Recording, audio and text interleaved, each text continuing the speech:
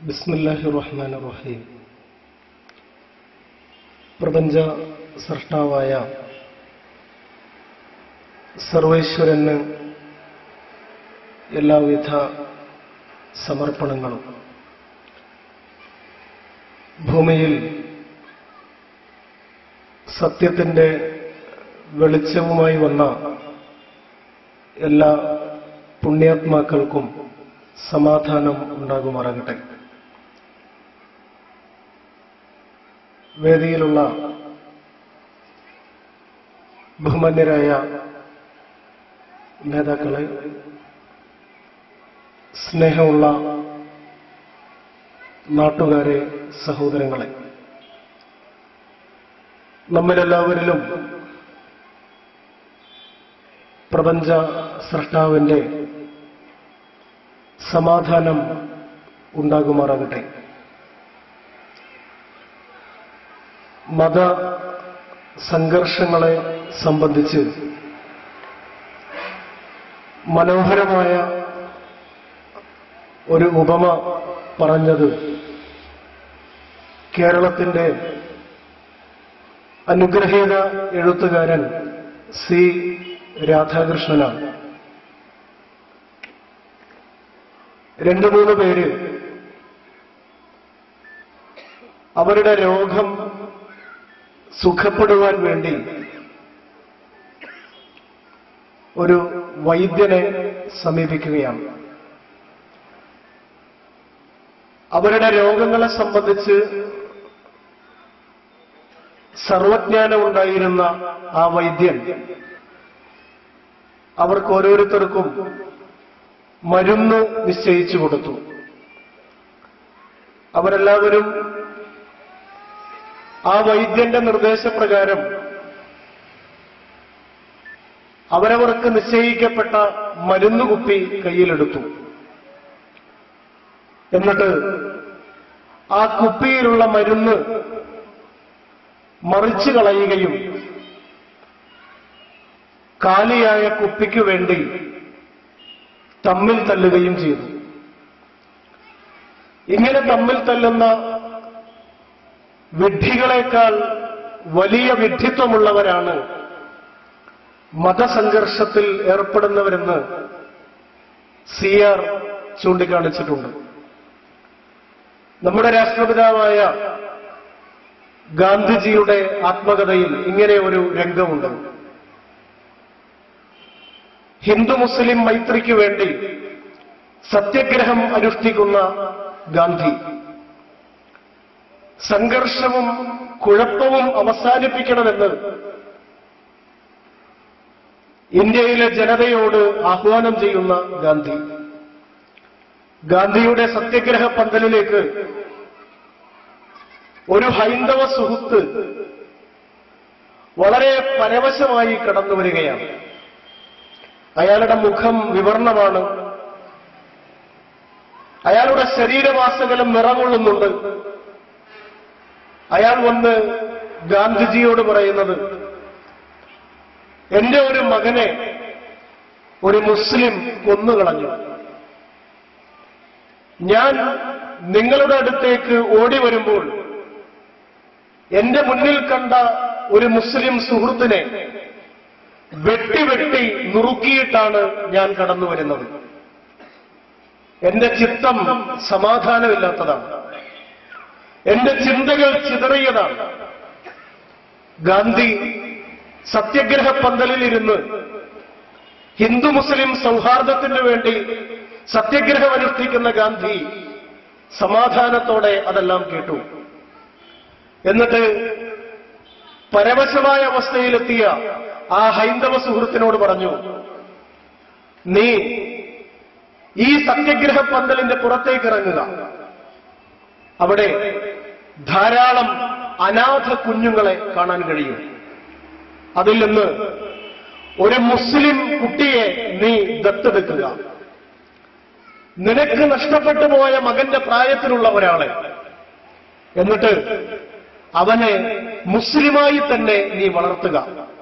എങ്കിൽ നിന്റെ മനസ്സിൽ നീ അകപ്പെട്ടിട്ടുള്ള പ്രതിസന്ധിയിൽ നിന്ന് നിനക്ക് മോചനം ലഭിക്കും. പ്രിയ സഹോദരങ്ങളെ, നമ്മുടെ നാട് നേരത്തെ പറഞ്ഞതുപോലെ സൗഹാർദ്ദത്തിന്റെ ഒരു നാടാണ്. പണ്ടല്ല, ഇപ്പോഴും കുഴപ്പക്കാർ തുലോം തുച്ഛമാണ്. നമ്മളെല്ലാവരും സമാധാനത്തെ ആഗ്രഹിക്കുന്നവർ തന്നെയാണ്. പക്ഷെ പലപ്പോഴും നാം കൈമലർത്തുകയാണ് നമ്മൾ എന്ത് ചെയ്യാൻ എന്ന് പറഞ്ഞു. അത് ശരിയല്ല. നമുക്ക് ചെയ്യാൻ ഒരുപാടുണ്ട്. ഒന്നാമത് നാം മനസ്സിലാക്കുന്നത്, ഇന്ത്യയിലെ ധാർമ്മിക വിപ്ലവ പ്രസ്ഥാനമായ ജമാഅത്തെ ഇസ്ലാമി മനസ്സിലാക്കുന്നത്, എല്ലാവരുടെയും ഉള്ളിൽ നിന്ന് തന്നെ വർഗീയതയെ എടുത്തു കളയുക എന്നതാണ്. ഒരു പിതാവ് അയാളുടെ വീട്ടിൽ തിരക്ക് പിടിച്ച ജോലിക്കിടയിൽ പലതും ചെയ്തുകൊണ്ടിരിക്കുകയാണ്. വീട്ടിലുള്ള UKG പ്രായത്തിലുള്ള ഒരു കുട്ടി അയാളുടെ മകൻ തന്നെയാണ്. ഈ പിതാവിന്റെ സാമഗ്രികളൊക്കെ എടുത്ത് ബുദ്ധിമുട്ടിച്ചുകൊണ്ടിരിക്കുന്നു. കുട്ടിയുടെ ഉപദ്രവത്തിൽ നിന്ന് രക്ഷപ്പെടുവാൻ വേണ്ടി പിതാവ് അവിടെയുണ്ടായിരുന്ന ഒരു മാപ്പ് എടുത്ത് കുട്ടിയുടെ കയ്യിൽ കൊടുക്കുന്നു. എന്നിട്ട് പറഞ്ഞു, മോനെ, നിനക്കറിയാവുന്ന രാജ്യങ്ങളുടെ പേരൊക്കെ അടയാളപ്പെടുത്തി വരിക. പിതാവ് വിചാരിച്ചത് കുറെ നേരം പിടിക്കുമെന്നാണ്. പക്ഷേ കുട്ടി വളരെ പെട്ടെന്ന് തന്നെ തിരിച്ചു വന്നു. പിതാവിന്റെ ജോലി കഴിഞ്ഞുമില്ല. വീണ്ടും കുട്ടിയുടെ ഉപദ്രവം തുടങ്ങിയപ്പോൾ ഈ പിതാവ് ആ മാപ്പ് പലതായി കീറി. എന്നിട്ട് കുഞ്ഞിന്റെ കയ്യിൽ കൊടുത്ത് പറഞ്ഞു, ഇത് നീ നേരെയാക്കി വരണം. പിതാവ് വിചാരിച്ചത് കുറെ നേരം പിടിക്കുമെന്നാണ്. പക്ഷേ നേരത്തേക്കാൾ വേഗതയിൽ കുട്ടി തിരിച്ചു വന്നിരിക്കുന്നു. എല്ലാം ശരിയാക്കിയിരിക്കുന്നു. പിതാവ് ചോദിച്ചു, എല്ലാം ശരിയാക്കാനോ? നിനക്കെങ്ങനെ കഴിഞ്ഞു? ലോകത്തെ പല രാജ്യങ്ങളും ചിതറിക്കിടക്കുകയാണ് കീറിയപ്പോൾ. പക്ഷെ നിനക്കെങ്ങനെ അത് നേരെയാക്കാൻ കഴിഞ്ഞു? അതെല്ലാം ഉണ്ട്, ഞാൻ നേരെയാക്കിയിരിക്കുന്നു. മാപ്പ് നേരെയായിരുന്നു. കുട്ടിയോട് ചോദിച്ചു, ഈ അത്ഭുതം നീ എങ്ങനെ ചെയ്തു? കുട്ടി പറഞ്ഞു, ലളിതം. ആ മാപ്പിന്റെ പുറകിൽ ഒരു മനുഷ്യന്റെ ചിത്രം ഉണ്ടായിരുന്നു. ഞാനത് നേരെ എടുത്തു വെച്ചു. കണ്ണ് വെക്കേണ്ടെടുത്ത് വെച്ചു, കാത് വെക്കേണ്ടെടുത്ത് വെച്ചു, കൈ വെക്കേണ്ടെടുത്ത് വെച്ചു. തിരിച്ചു പിടിച്ചപ്പോൾ മാപ്പ് നേരെയായിരിക്കുന്നു. ലോകം നേരെയാകാൻ നമ്മൾ നേരെയാവുക എന്നതല്ലാത്ത മറ്റൊരു എളുപ്പപ്പണിയുമില്ല. ജമാഅത്തെ ഇസ്ലാമി മനസ്സിലാക്കുന്നത്, നമ്മുടെ ഉള്ളിൽ നിന്ന് വർഗീയത രൂപപ്പെടുന്നില്ല എങ്കിൽ ഈ നാട് നന്മയുടെ നാടാണ്. ഇവിടെ കൂടിയിരിക്കുന്നവരും ഇതിനേക്കാൾ ശതഗുണീഭവിച്ചവരും ധാർമ്മികതയിൽ വിശ്വസിക്കുന്നവരാണ്, വർഗീയതയിൽ വിശ്വസിക്കാത്തവരാണ്, മാനവികതയെ അംഗീകരിക്കുന്നവരാണ്. നമ്മുടെ ഈ നാട്ടിന്റെ മുക്കുമൂലകളിൽ പ്രയാസപ്പെടുന്ന ധാരാളം പേരുണ്ട്. ഒരു നേരത്തെ അന്നത്തിന് വകയില്ലാത്തവരുണ്ട്. ജീവിതത്തിന്റെ രണ്ടറ്റങ്ങൾ കൂട്ടിമുട്ടാൻ പ്രയാസപ്പെടുന്നവരുണ്ട്. രോഗങ്ങൾ കൊണ്ട് കണ്ണുനീർ വാർക്കുന്നവരുണ്ട്. മാരകമായ, കേട്ടാൽ ഭയം തോന്നുന്ന രോഗങ്ങൾ വഹിക്കുന്നവരുണ്ട്. ചോർന്നൊലിക്കുന്ന കൂരയിൽ കഴിയുന്നവരുണ്ട്. ഇവരെ ഒന്നിച്ച് പുനരധിവസിപ്പിക്കേണ്ട, ഇവരുടെ കണ്ണുനീർ ഒന്നിച്ച് ഒപ്പിയെടുക്കേണ്ട ജനങ്ങൾ തമ്മിൽ തല്ലുകയാണോ വേണ്ടത്? അരുത് എന്നാണ് ബുദ്ധിയുള്ളവർ പറയുക. ഈ രാജ്യത്തെ, ഈ മണ്ണിനെ സ്നേഹിക്കുന്നവർ പറയുക. ഇതൊരു ബാധ്യതയായി മനസ്സിലാക്കിയതുകൊണ്ടാണ് ഞങ്ങൾ ഈ സന്ദേശം മുഴക്കുന്നത്. സന്തോഷകരമായിരുന്നു ഞങ്ങളുടെ അനുഭവം. ഒന്നാമത്, അച്ഛനെ സമീപിച്ചപ്പോൾ നേരത്തെ അത് സൂചിപ്പിച്ചു, സർവാത്മന ഇതിനെല്ലാ പിന്തുണയും അദ്ദേഹം നൽകുകയായിരുന്നു. ഇമാമിനെ വിളിച്ചപ്പോൾ അതിലേറെ സന്തോഷത്തോടുകൂടി അദ്ദേഹം ഏറ്റെടുക്കുകയുണ്ടായി ഇതിന്റെ ഉദ്ഘാടനം. പഞ്ചായത്ത് പ്രസിഡന്റ് വളരെയേറെ തിരക്കുകൾക്കിടയിൽ നിന്നാണ് ഇപ്പോൾ ഇവിടെ എത്തിച്ചേർന്നിട്ടുള്ളത്. പ്രിയ സുഹൃത്ത് സ്വാമി വിശ്വഭദ്രാനന്ദ ശക്തിബോധി അദ്ദേഹത്തിന്റെ സാന്നിധ്യം അറിയിച്ചു കഴിഞ്ഞു. പ്രിയപ്പെട്ട സഹോദരങ്ങളെ, ഈ ഒരു സംഗമത്തിൽ നമുക്ക് ലഭിക്കുന്ന മാനവികതയുടെ സന്ദേശം ഉയർത്തിപ്പിടിക്കാൻ, നമ്മുടെ വീട്ടിൽ, നമ്മുടെ അയൽപക്കത്ത്, നമ്മുടെ സമൂഹത്തിൽ ഉയർത്തിപ്പിടിക്കുവാൻ ക്രിയാത്മകമായ പ്രവർത്തനങ്ങൾ ഇല്ലാതിരിക്കുന്നിടത്താണ് അക്രമ പ്രവർത്തനങ്ങൾ ഉയർന്നു വരിക. നമുക്ക് ക്രിയാത്മകമായി ഇതിനെ പുനഃസംഘടിപ്പിക്കാൻ പലതും ചെയ്യുവാനുണ്ട്. അത്തരം പ്രവർത്തനങ്ങൾ പൊതുജന മധ്യത്തിൽ ഉയർത്തിക്കൊണ്ടുവരുവാൻ നമുക്ക് കഴിയണം. നമ്മുടെ ഈ പഞ്ചായത്തിന്റെ ഉത്തരവാദപ്പെട്ട ആളായ പഞ്ചായത്ത് പ്രസിഡന്റ് ശ്രീ റീന അവറുകൾ ഇവിടെ ഇരിക്കുന്നുണ്ട്. നമുക്ക് ഒരു ജനജാഗ്രതാ സമിതി ആവശ്യമാണ്. തിന്മയ്ക്ക്, അധർമ്മത്തിന് സമുദായത്തിന്റെ വർണ്ണങ്ങൾ നൽകിക്കൂടാ. നാട്ടിൽ നടക്കുന്ന സംഭവ വികാസങ്ങളെ വില കുറഞ്ഞ രാഷ്ട്രീയം ഉപയോഗിച്ച് പ്രയോജനപ്പെടുത്തിക്കൂടാ. നമുക്ക് ഈ നാട് പ്രധാനപ്പെട്ടതാണെങ്കിൽ നമുക്ക് ഒരുമിച്ചിരിക്കാൻ കഴിയണം. കുഴപ്പക്കാരെ അകറ്റി നിർത്തുവാനും സമാധാനം ആഗ്രഹിക്കുന്നവർക്ക് ഒന്നിച്ചിരിക്കുവാനും കഴിയേണ്ടതുണ്ട്. അതിനു വേണ്ടിയിട്ടുള്ള സംവിധാനങ്ങളെപ്പറ്റി നമ്മുടെ പഞ്ചായത്തിന്റെ ഉത്തരവാദപ്പെട്ട ആളുകൾ ശ്രദ്ധിക്കേണ്ടതുണ്ട് എന്നുകൂടി ഉണർത്തുകയാണ്. ഈ വിലയേറിയ സമയം ഞാൻ നീട്ടിക്കൊണ്ടുപോകുന്നില്ല. നമ്മുടെ ഈ സംഗമം ഉദ്ഘാടനം ചെയ്യുന്നത് ബഹുമാന്യനായ നമ്മുടെ തലസ്ഥാന നഗരിയിൽ മതസൗഹാർദ്ദത്തിന്റെ പുതിയ ചരിത്രം സൃഷ്ടിച്ച ബഹുമാന്യനായ പാളയം ഇമാം. അദ്ദേഹം ഈ നാട്ടിനോട് കടപ്പാടുണ്ട് എന്നതുപോലെ ഓടിയെത്തിയിരിക്കുന്നു. ആ കടപ്പാട് മതസൗഹാർദ്ദത്തെ അദ്ദേഹം ആദരിക്കുന്നത് കൊണ്ടും അദ്ദേഹത്തിന്റെ ആദർശ പ്രതിബദ്ധത കൊണ്ടുമാണ് എന്ന് നമ്മൾ തിരിച്ചറിയുന്നു. അദ്ദേഹത്തോടുള്ള നന്ദി അറിയിച്ചുകൊണ്ട് ഈ പരിപാടി ഉദ്ഘാടനം ചെയ്യുവാൻ സ്നേഹപൂർവ്വം അദ്ദേഹത്തെ ക്ഷണിക്കുകയാണ്.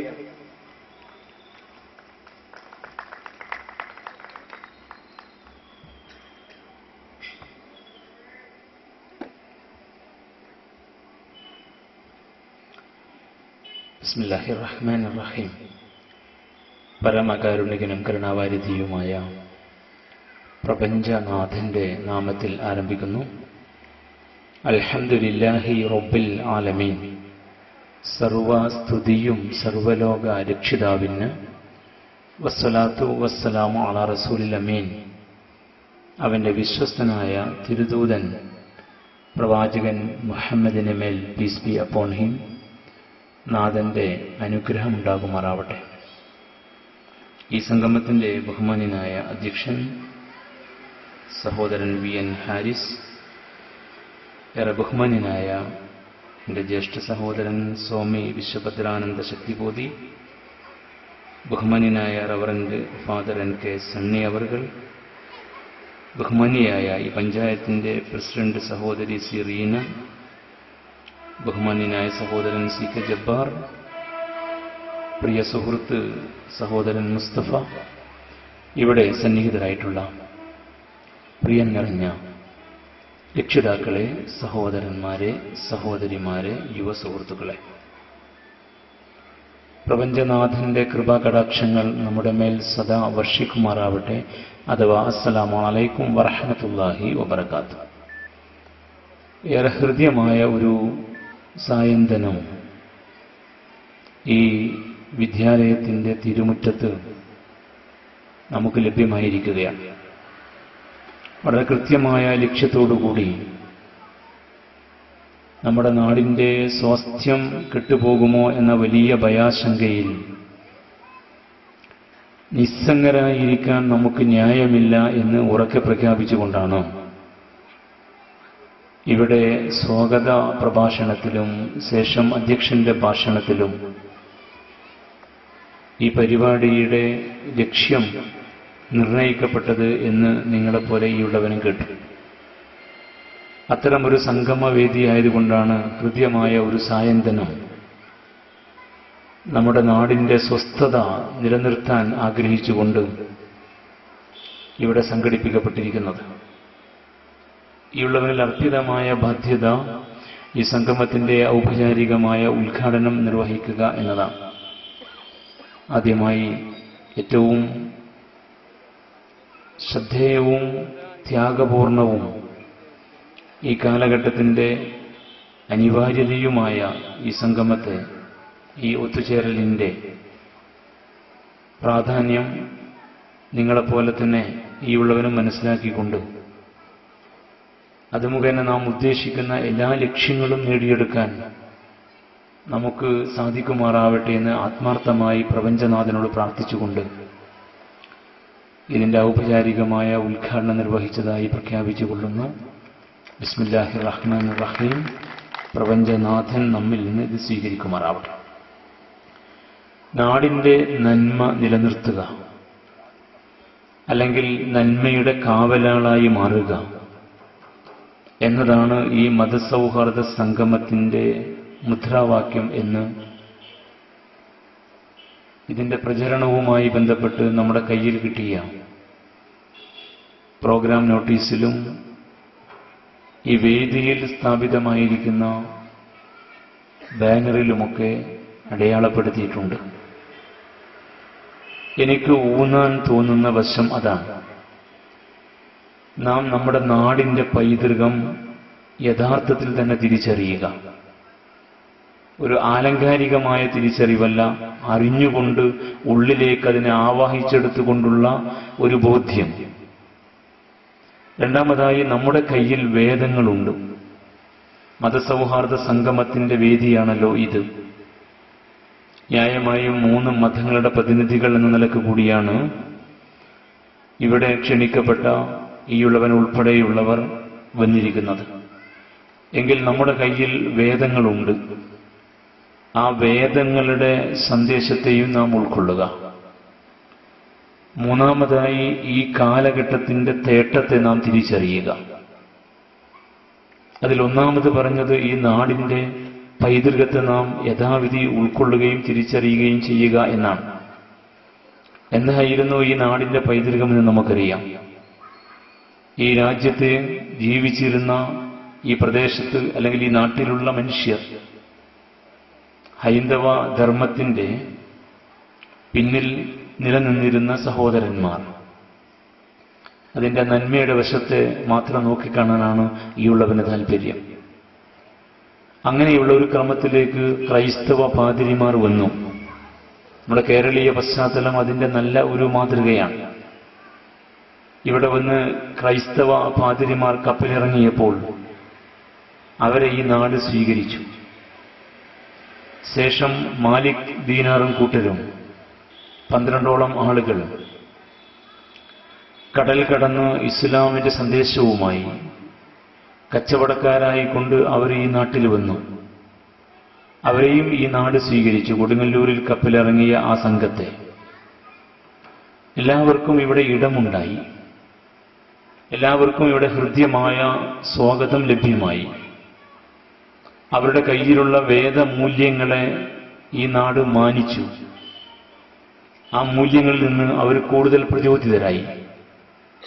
ആ മൂല്യങ്ങൾ ഈ നാടിന്റെ ശരിയായ ധർമ്മത്തിലൂടെയുള്ള പോക്കിനെ ശക്തിപ്പെടുത്തി എന്നാണ് നമ്മുടെ മഹാരഥന്മാരായ പണ്ഡിതന്മാർ വിലയിരുത്തിയിട്ടുള്ളത്.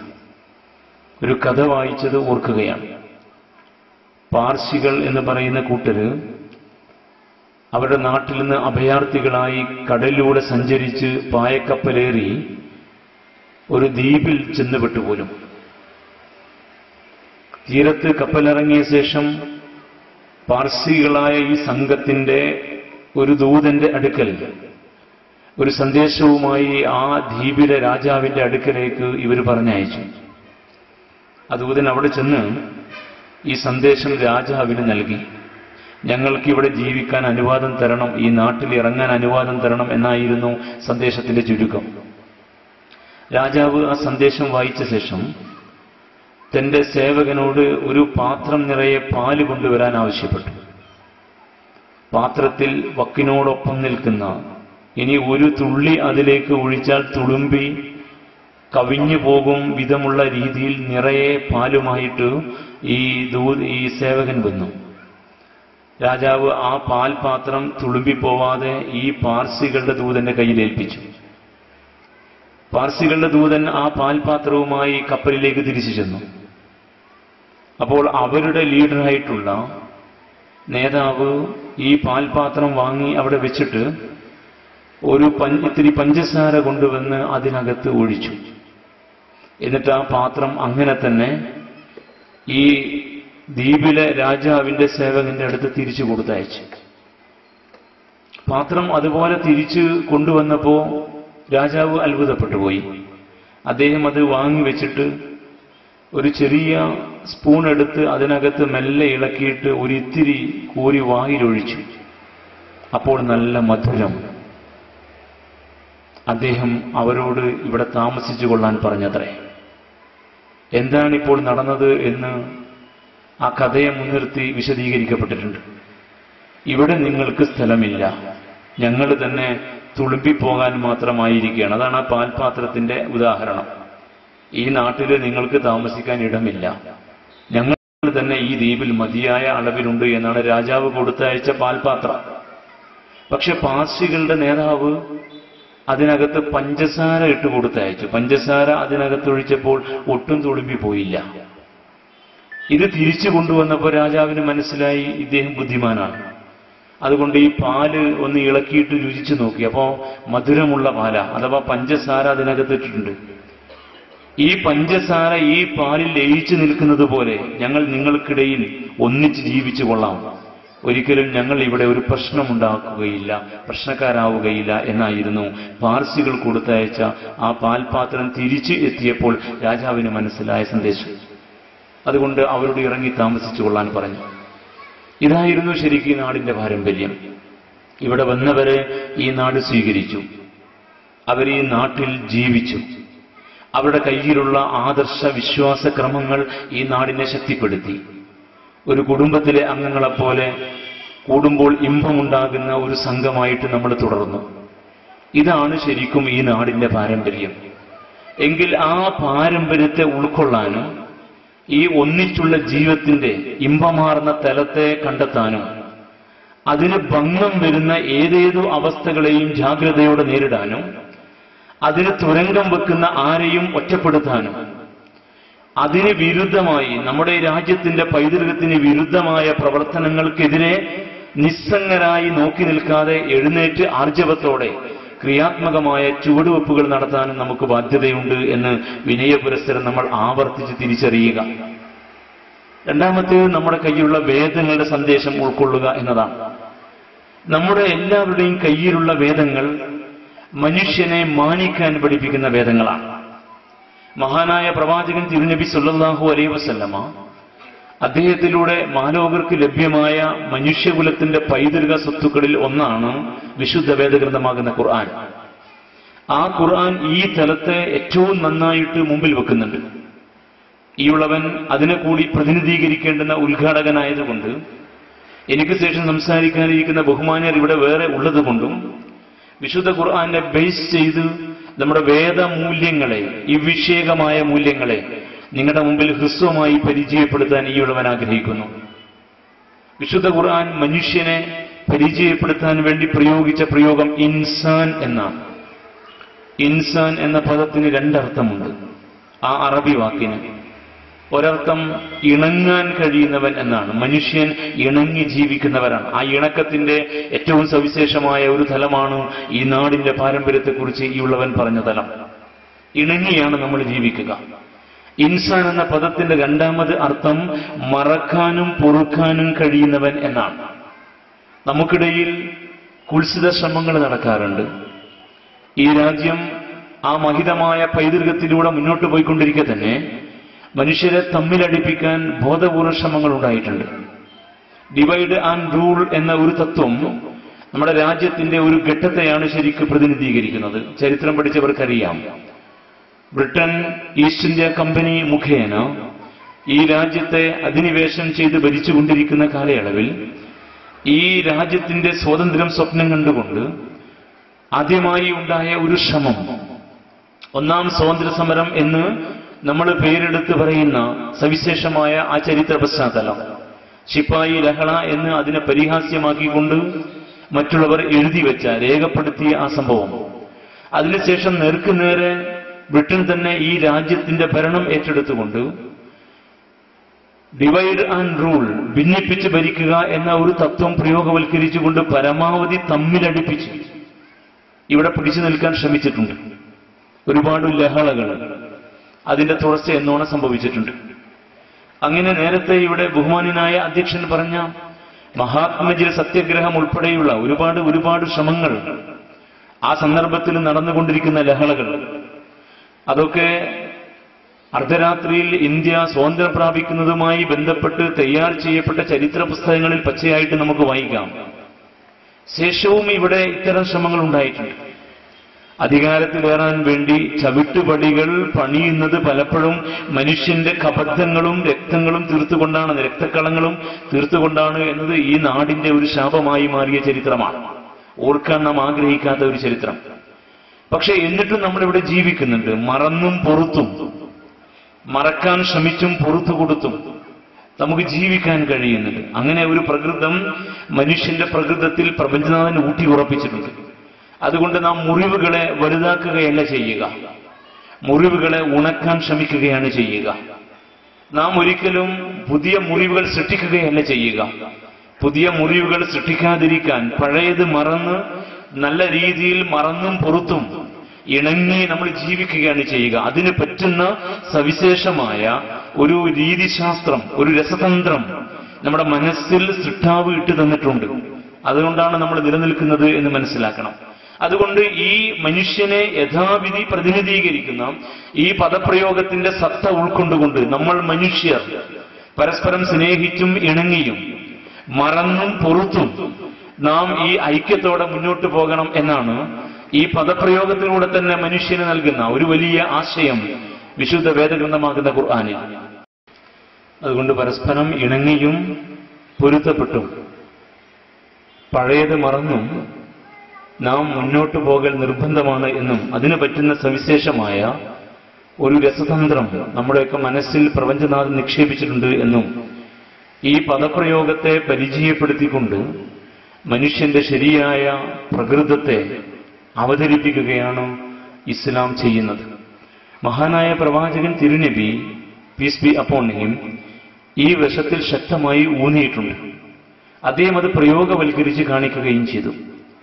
തന്നെ എതിർക്കുന്ന, തന്നെ വധിക്കാൻ ഗൂഢ ആലോചന നടത്തിക്കൊണ്ടിരുന്ന, തന്നെ നാട്ടിൽ നിന്ന് ആട്ടിയോടിച്ച ആളുകളോട് വരെ ഈ മനുഷ്യത്വത്തിന്റെ ശുദ്ധ പ്രകൃതിയുടെ ഭാവം യഥാവിധി പ്രയോഗവൽക്കരിച്ചുകൊണ്ട് സമീപനം സ്വീകരിച്ച ഒരു മഹൽ വ്യക്തിത്വമാണ് പ്രവാചകൻ മുഹമ്മദ് നബി.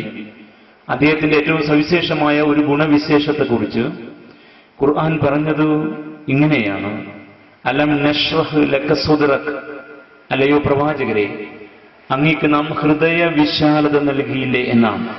സർഗാത്മകമായി മനുഷ്യരെ ഉൾക്കൊള്ളാനുള്ള വിശാലത, അത് പ്രവാചകന്റെ ഏറ്റവും സവിശേഷമായ ഗുണമാണെങ്കിൽ പ്രവാചകനെ സ്നേഹിക്കുന്നവർക്ക് ഉണ്ടാകേണ്ടുന്ന ഏറ്റവും സവിശേഷമായ ഗുണം ഇതാണെന്ന് നാം തിരിച്ചറിയണം. സർഗാത്മകമായി ഉൾക്കൊള്ളുക.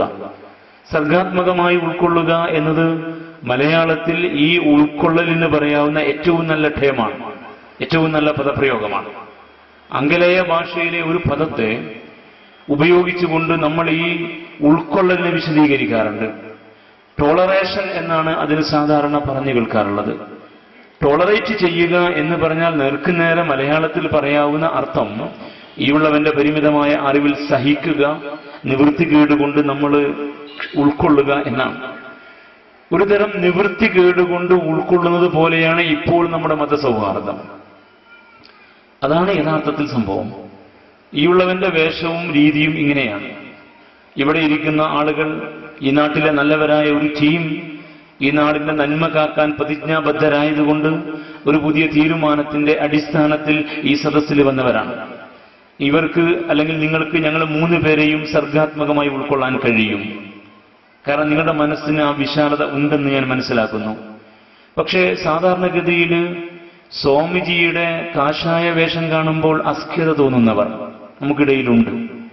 എന്റെ താടിയും തൊപ്പിയും കാണുമ്പോൾ ഉൾക്കൊള്ളാൻ കഴിയാതെ ഒരു തരം നിവൃത്തികേടുകൊണ്ട് ഒന്ന് അഡ്ജസ്റ്റ് ചെയ്തു പോയേക്കാം എന്ന മനോഭാവത്തോടെ ഇരിക്കുന്നവർ നമുക്കിടയിലുണ്ട്. അതൊരു മുസ്ലിം എന്ന് പറയുന്ന ഒരു വ്യക്തിയെ എങ്ങനെ നോക്കിക്കാണുന്നു എന്നതിന്റെ ഒരു അടയാളമായിട്ട് പറഞ്ഞതാ. ഈ ഉള്ളവന്റെ മാത്രം ഒരു വിഷയമായിട്ടല്ല. എന്റെ ബഹുമാന്യനായ ഫാദർ ഇവിടെ ഇരിക്കുന്നുണ്ട്. അദ്ദേഹം ഇന്ന് സാധാരണ വേഷത്തിലാണ് നമ്മുടെ കൂടെയുള്ളത്. ക്രൈസ്തവ സമൂഹത്തിലെ വലിയ വലിയ പാതിരിമാരുമായി ബന്ധപ്പെടാൻ അവസരം കിട്ടിയ ഒരു എളിയ വ്യക്തിത്വമാണ് ഈ ഉള്ളവൻ.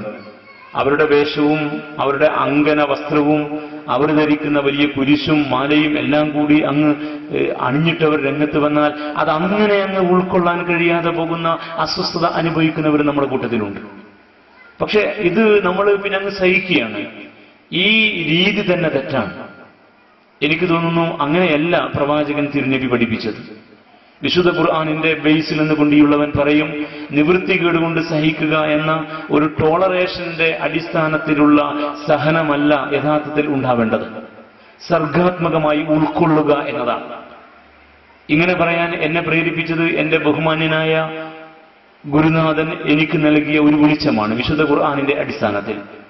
ഈ ഉള്ളവൻ സ്നേഹിക്കുന്ന ഹബീബായ റസൂലുള്ളാഹ് മുഹമ്മദ് നബി പീസ് ബി അപ്പോൺ ഹിം ക്രൈസ്തവ പാതിരി സംഘങ്ങളെ, ഒന്നിലധികം സംഘങ്ങളെ നജ്റാൻ, യമൻ, ഹബ്ഷ അഥവാ എത്യോപ്യ, സഖീഫ് എന്നിങ്ങനെയുള്ള ദേശങ്ങളിലെ വലിയ വലിയ ക്രൈസ്തവ പാതിരിമാരെ തിരുനബിയുടെ മദീന പള്ളിയിൽ സ്വീകരിക്കുകയും അവരുടെ അതേ വേഷത്തിൽ പട്ടിന്റെ ഉത്തരീയം ധരിച്ചും അങ്കന വസ്ത്രങ്ങൾ അണിഞ്ഞും അവരുടെ മതത്തിന്റെ ചിഹ്നങ്ങൾ ശരിയാം വിധം ധരിച്ചും അവർ വന്ന് അതേ രീതിയിൽ മദീന പള്ളിയിൽ അവരെ സ്വീകരിച്ചിരുത്തി ദിവസങ്ങളോളം അവിടെ സ്വീകരിച്ചിരുത്തി സൽക്കരിച്ച് ഭക്ഷണം കൊടുത്ത് അതിഥികളായി അവരെ ആദരിച്ചും ബഹുമാനിച്ചും അവരുമായി ആശയവിനിമയം നടത്തിയ ദീർഘചരിത്രങ്ങൾ, തിരുവചനങ്ങൾ നമുക്ക് വായിക്കാം. വിശുദ്ധ ഖുർആനിലെ 3-ാമത് അധ്യായം സൂറ ആലു ഇമ്രാൻ, ഇമ്രാൻ കുടുംബം എന്ന പേരിൽ അറിയപ്പെടുന്ന അധ്യായത്തിന്റെ സിംഹഭാഗവും അവതീർണമായത് യമനിലെ ക്രൈസ്തവ പാതിരി സംഘം മദീന പള്ളിയിൽ താമസിക്കുന്ന കാലയളവിലാണ്. പ്രവാചകൻ മുഹമ്മദ് നബി പീസ് ബി അപ്പോൺ ഹിം അവരുമായി സംവദിച്ചു കൊണ്ടിരിക്കുന്ന നാളുകളിൽ സംവാദ വിഷയം ഈസാ പ്രവാചകൻ യേശുക്രിസ്തുവുമായി ബന്ധപ്പെട്ടാണ്. യഥാർത്ഥത്തിൽ ക്രൈസ്തവ സമൂഹവും ഇസ്ലാമിക സമൂഹവും ആദർശപരമായി വ്യതിരിക്തമാകുന്ന ഒരു പോയിന്റ്, കൃത്യമായ ഒരു പോയിന്റ് അതാണ്. അവ പരസ്പരം നമ്മൾ തമ്മിൽ അഭിപ്രായ വ്യത്യാസമുള്ള ഒരു പോയിന്റിൽ പോലും സർഗാത്മകമായ സംവാദം, ഖുർആനിന്റെ ഭാഷയിൽ പറഞ്ഞാൽ വജാദിൽഹും ബില്ലത്തി ഹിയ അഹ്സൻ, ഏറ്റവും നല്ല നിലക്കുള്ള സംവാദം അത് സാധ്യമാകും. ആദർശപരമായ വ്യത്യാസങ്ങൾ അറിയാനും അറിയിക്കാനും പഠിക്കാനും സർഗാത്മകമായ ചർച്ചയ്ക്കും വിഷയീഭവിക്കണം. പക്ഷേ ബഹുമാനം, ആദരം, ഉൾക്കൊള്ളൽ, സ്നേഹിക്കൽ, അതിഥികൾ എന്ന നിലക്കുള്ള മര്യാദ പള്ളിക്കകത്ത് വരെ സ്വീകരിച്ചിരുത്തിയത് നിങ്ങൾക്ക് ഉൾക്കൊള്ളാൻ കഴിയണം, പഠിക്കണം എന്ന് വിനയ പുരസ്സരം എന്റെ മുസ്ലിം സുഹൃത്തുക്കളോട് പറയുകയാണ്. അങ്ങനെ സംഭാഷണം നടന്നുകൊണ്ടിരിക്കെ ഒരു ഘട്ടത്തിൽ ക്രൈസ്തവ പാതിരി സംഘത്തിന്റെ നേതാവ് ഇങ്ങനെ ഒരു ആവശ്യം ഉന്നയിച്ചു. പ്രവാചകരെ, നമുക്ക് ഇത്തിരി ഇടവേള വേണം. എന്തിനാണ് ഇടവേള എന്ന് പ്രവാചകന്റെ തിരിച്ചുള്ള ചോദ്യം. ഞങ്ങൾക്കൊന്ന് പുറത്തു പോയിട്ട് വരണം. എന്താണ് പുറത്തു പോകേണ്ടതിന്റെ കാര്യം? ഞങ്ങൾക്കിപ്പോൾ ഒരു പ്രയറിന്റെ സമയമാണ്, പ്രാർത്ഥനാ സമയമാണ്, ഞങ്ങൾ പ്രാർത്ഥന നിർവഹിച്ചിട്ട് വരാം. അപ്പോൾ തിരുനബി അവരോട് ചോദിച്ച ചോദ്യം എങ്ങനെയാണ്? നിങ്ങൾ പ്രാർത്ഥിക്കാൻ പുറത്തു പോകേണ്ട കാര്യമുണ്ടോ? എന്തുകൊണ്ട് നിങ്ങൾക്ക് എന്റെ ഈ പള്ളിയിൽ പ്രാർത്ഥിച്ചുകൂടാ? ഒരു വേള മുസ്ലിം സമുദായത്തിന് പറഞ്ഞാലങ്ങ് ഉൾക്കൊള്ളാൻ കഴിയാത്തൊരു പോയിന്റാണ് പ്രവാചകനെ ഉദ്ധരിച്ചുള്ളവൻ ഇപ്പോൾ ഈ പറഞ്ഞ പോയിന്റ്. എന്നിട്ട് ചരിത്രം എഴുതി വെച്ചിരിക്കുന്നു. മദീന പള്ളിയിൽ കിഴക്കോട്ട് തിരിഞ്ഞാൽ ജെറൂസലേം, കിഴക്കോട്ട് ജെറൂസലേമിലേക്ക് തിരിഞ്ഞ് ക്രൈസ്തവ പാതിരിമാര് പ്രാർത്ഥിക്കുമ്പോ മദീന പള്ളിയിൽ പടിഞ്ഞാറോട്ട് തിരിഞ്ഞാൽ കഅബ, വിശുദ്ധ കഅബാലയം, അങ്ങോട്ട് തിരിഞ്ഞ് പ്രവാചകൻ മുഹമ്മദ് നബി പീസ് ബി അപ്പോൺ ഹിം സല്ലല്ലാഹു അലൈഹി വസല്ലം അദ്ദേഹവും അദ്ദേഹത്തിന്റെ അനുചരന്മാർ സഹാബെ കിറാം റളിയല്ലാഹു തആല അൻഹും അവർ നമസ്കരിക്കുന്നു. ഇത് ഒരു വല്ലാത്ത ഉൾക്കൊള്ളലാണ്, സർഗാത്മകമായ ഉൾക്കൊള്ളൽ. അങ്ങനെ ശരിക്കും നമുക്ക് നമ്മുടെ ആദർശം അറിഞ്ഞും ഓരോരുത്തരുടെയും ആചാര അനുഷ്ഠാനങ്ങൾ അറിഞ്ഞുകൊണ്ടും പരസ്പരം നല്ല അളവിൽ ഉൾക്കൊള്ളാൻ കഴിയണം. ഈ ഉൾക്കൊള്ളലിനെയാണ്, സർഗാത്മകമായ ഉൾക്കൊള്ളലിനെയാണ് പ്രവാചകൻ മുഹമ്മദ് നബി സല്ലല്ലാഹു അലൈഹി വസല്ലം പഠിപ്പിച്ചത്. ആദർശപരമായി നമുക്കിടയിലുള്ള വ്യത്യാസങ്ങൾ അഭിപ്രായ വ്യത്യാസങ്ങളായും ആദർശ വ്യതിയാനങ്ങളായും പരസ്പരം പങ്കുവെച്ചുകൊണ്ടിരിക്കെ തന്നെ എങ്കിൽ ഇതാണ് നമ്മൾ ഏറ്റെടുക്കേണ്ടുന്ന മാതൃക. അതിനെ വിശദീകരിച്ചുകൊണ്ട് പ്രവാചകൻ തിരുമേനി ആ കാഴ്ചപ്പാടിനെ ശക്തിപ്പെടുത്തി. വിശുദ്ധ ഖുർആനിന്റെ അടിസ്ഥാനത്തിൽ നമ്മൾ മനുഷ്യർ ഒന്നാണെന്ന് പഠിപ്പിക്കുമ്പോൾ അത് വലിയൊരു അധ്യായമാണ്, വലിയൊരു അധ്യാപനമാണ്. പക്ഷെ ഒന്നെന്ന് പറയുന്നതിന്റെ മുഞ്ചും അതുണ്ടാക്കുന്ന വൈകാരികമായ ആന്തോളനവും ഇന്ന് നമ്മുടെ മനസ്സിനെ സ്വാധീനിക്കാതെ പോകുന്നു എന്ന ദുരന്തകാലമാണ് നമ്മുടെ കാലം. നിങ്ങൾ ഒന്നാണെന്ന് പറയുമ്പോൾ, നമ്മൾ ഈ മനുഷ്യരെല്ലാവരും ഒന്നാണെന്ന് പറയുമ്പോൾ, യാ അയ്യുഹന്നാസ്, അല്ലയോ മനുഷ്യരെ, ഇന്നാ ഖലഖനാകും മിൻ ദക്കരിൻ വ ഉൻസ, നിങ്ങളെ ഒരു ആണിൽ നിന്നും ഒരു പെണ്ണിൽ നിന്നുമാണ് നാം സൃഷ്ടിച്ചിരിക്കുന്നത്. നിങ്ങളൊരു മാതാവിന്റെയും പിതാവിന്റെയും മക്കളാണ്. ആദം എന്ന് ഖുർആൻ, ആദാം എന്ന് ബൈബിൾ, ഒരു ആദിമ മനുഷ്യനെ കുറിച്ച് ഗീതയും പറയുന്നുണ്ട് എന്നാണ് എനിക്ക് കിട്ടിയ ഒരു എളിയ അറിവ്. അപ്പോ ഒരു മനുഷ്യനിൽ നിന്ന് അതിന്റെ തുണയായ ഇണയായ ഹൗവ, ഈ ആദ്യ മാതാവും ആദി പിതാവും അവരിൽ നിന്നാണ് ഈ മനുഷ്യർ എന്ന് പറയുമ്പോൾ എല്ലാവരും ഒരു മാതാവിന്റെ ഉദരം പങ്കുവെച്ചവരാണെന്ന്. ഒരു അമ്മയുടെ ഉമ്മയുടെ ഉദരം പങ്കുവച്ചവർ എന്ന് പറയുമ്പോൾ അത് നമുക്കിടയിൽ ഉണ്ടാക്കുന്ന ഒരു വൈകാരിക തലമുണ്ട്. ഊഷ്മളതയുടെ, ബന്ധുത്വത്തിന്റെ, പരസ്പര സ്നേഹത്തിന്റെ, ഉൾക്കൊണ്ടുകൊണ്ട് മുന്നോട്ട് പോകാൻ കഴിയുക എന്ന ഈ സുന്ദരമായ രീതിശാസ്ത്രത്തിന്റെ ഒരു തലമുണ്ട്. പക്ഷെ ആ തലം വൈകാരികമായി നമ്മെ സ്വാധീനിക്കുന്നില്ല. ഇവിടെവൻ പലപ്പോഴും ചിന്തിച്ചിട്ടുണ്ട് എന്താണ് സ്വാധീനിക്കാത്തതിന്റെ കാരണം എന്ന്. അപ്പൊ എനിക്ക് തോന്നിയത് നമുക്കിടയിൽ തന്നെ ഇങ്ങനെയല്ലേ കാര്യങ്ങൾ നടക്കുന്നത് എന്നാണ്.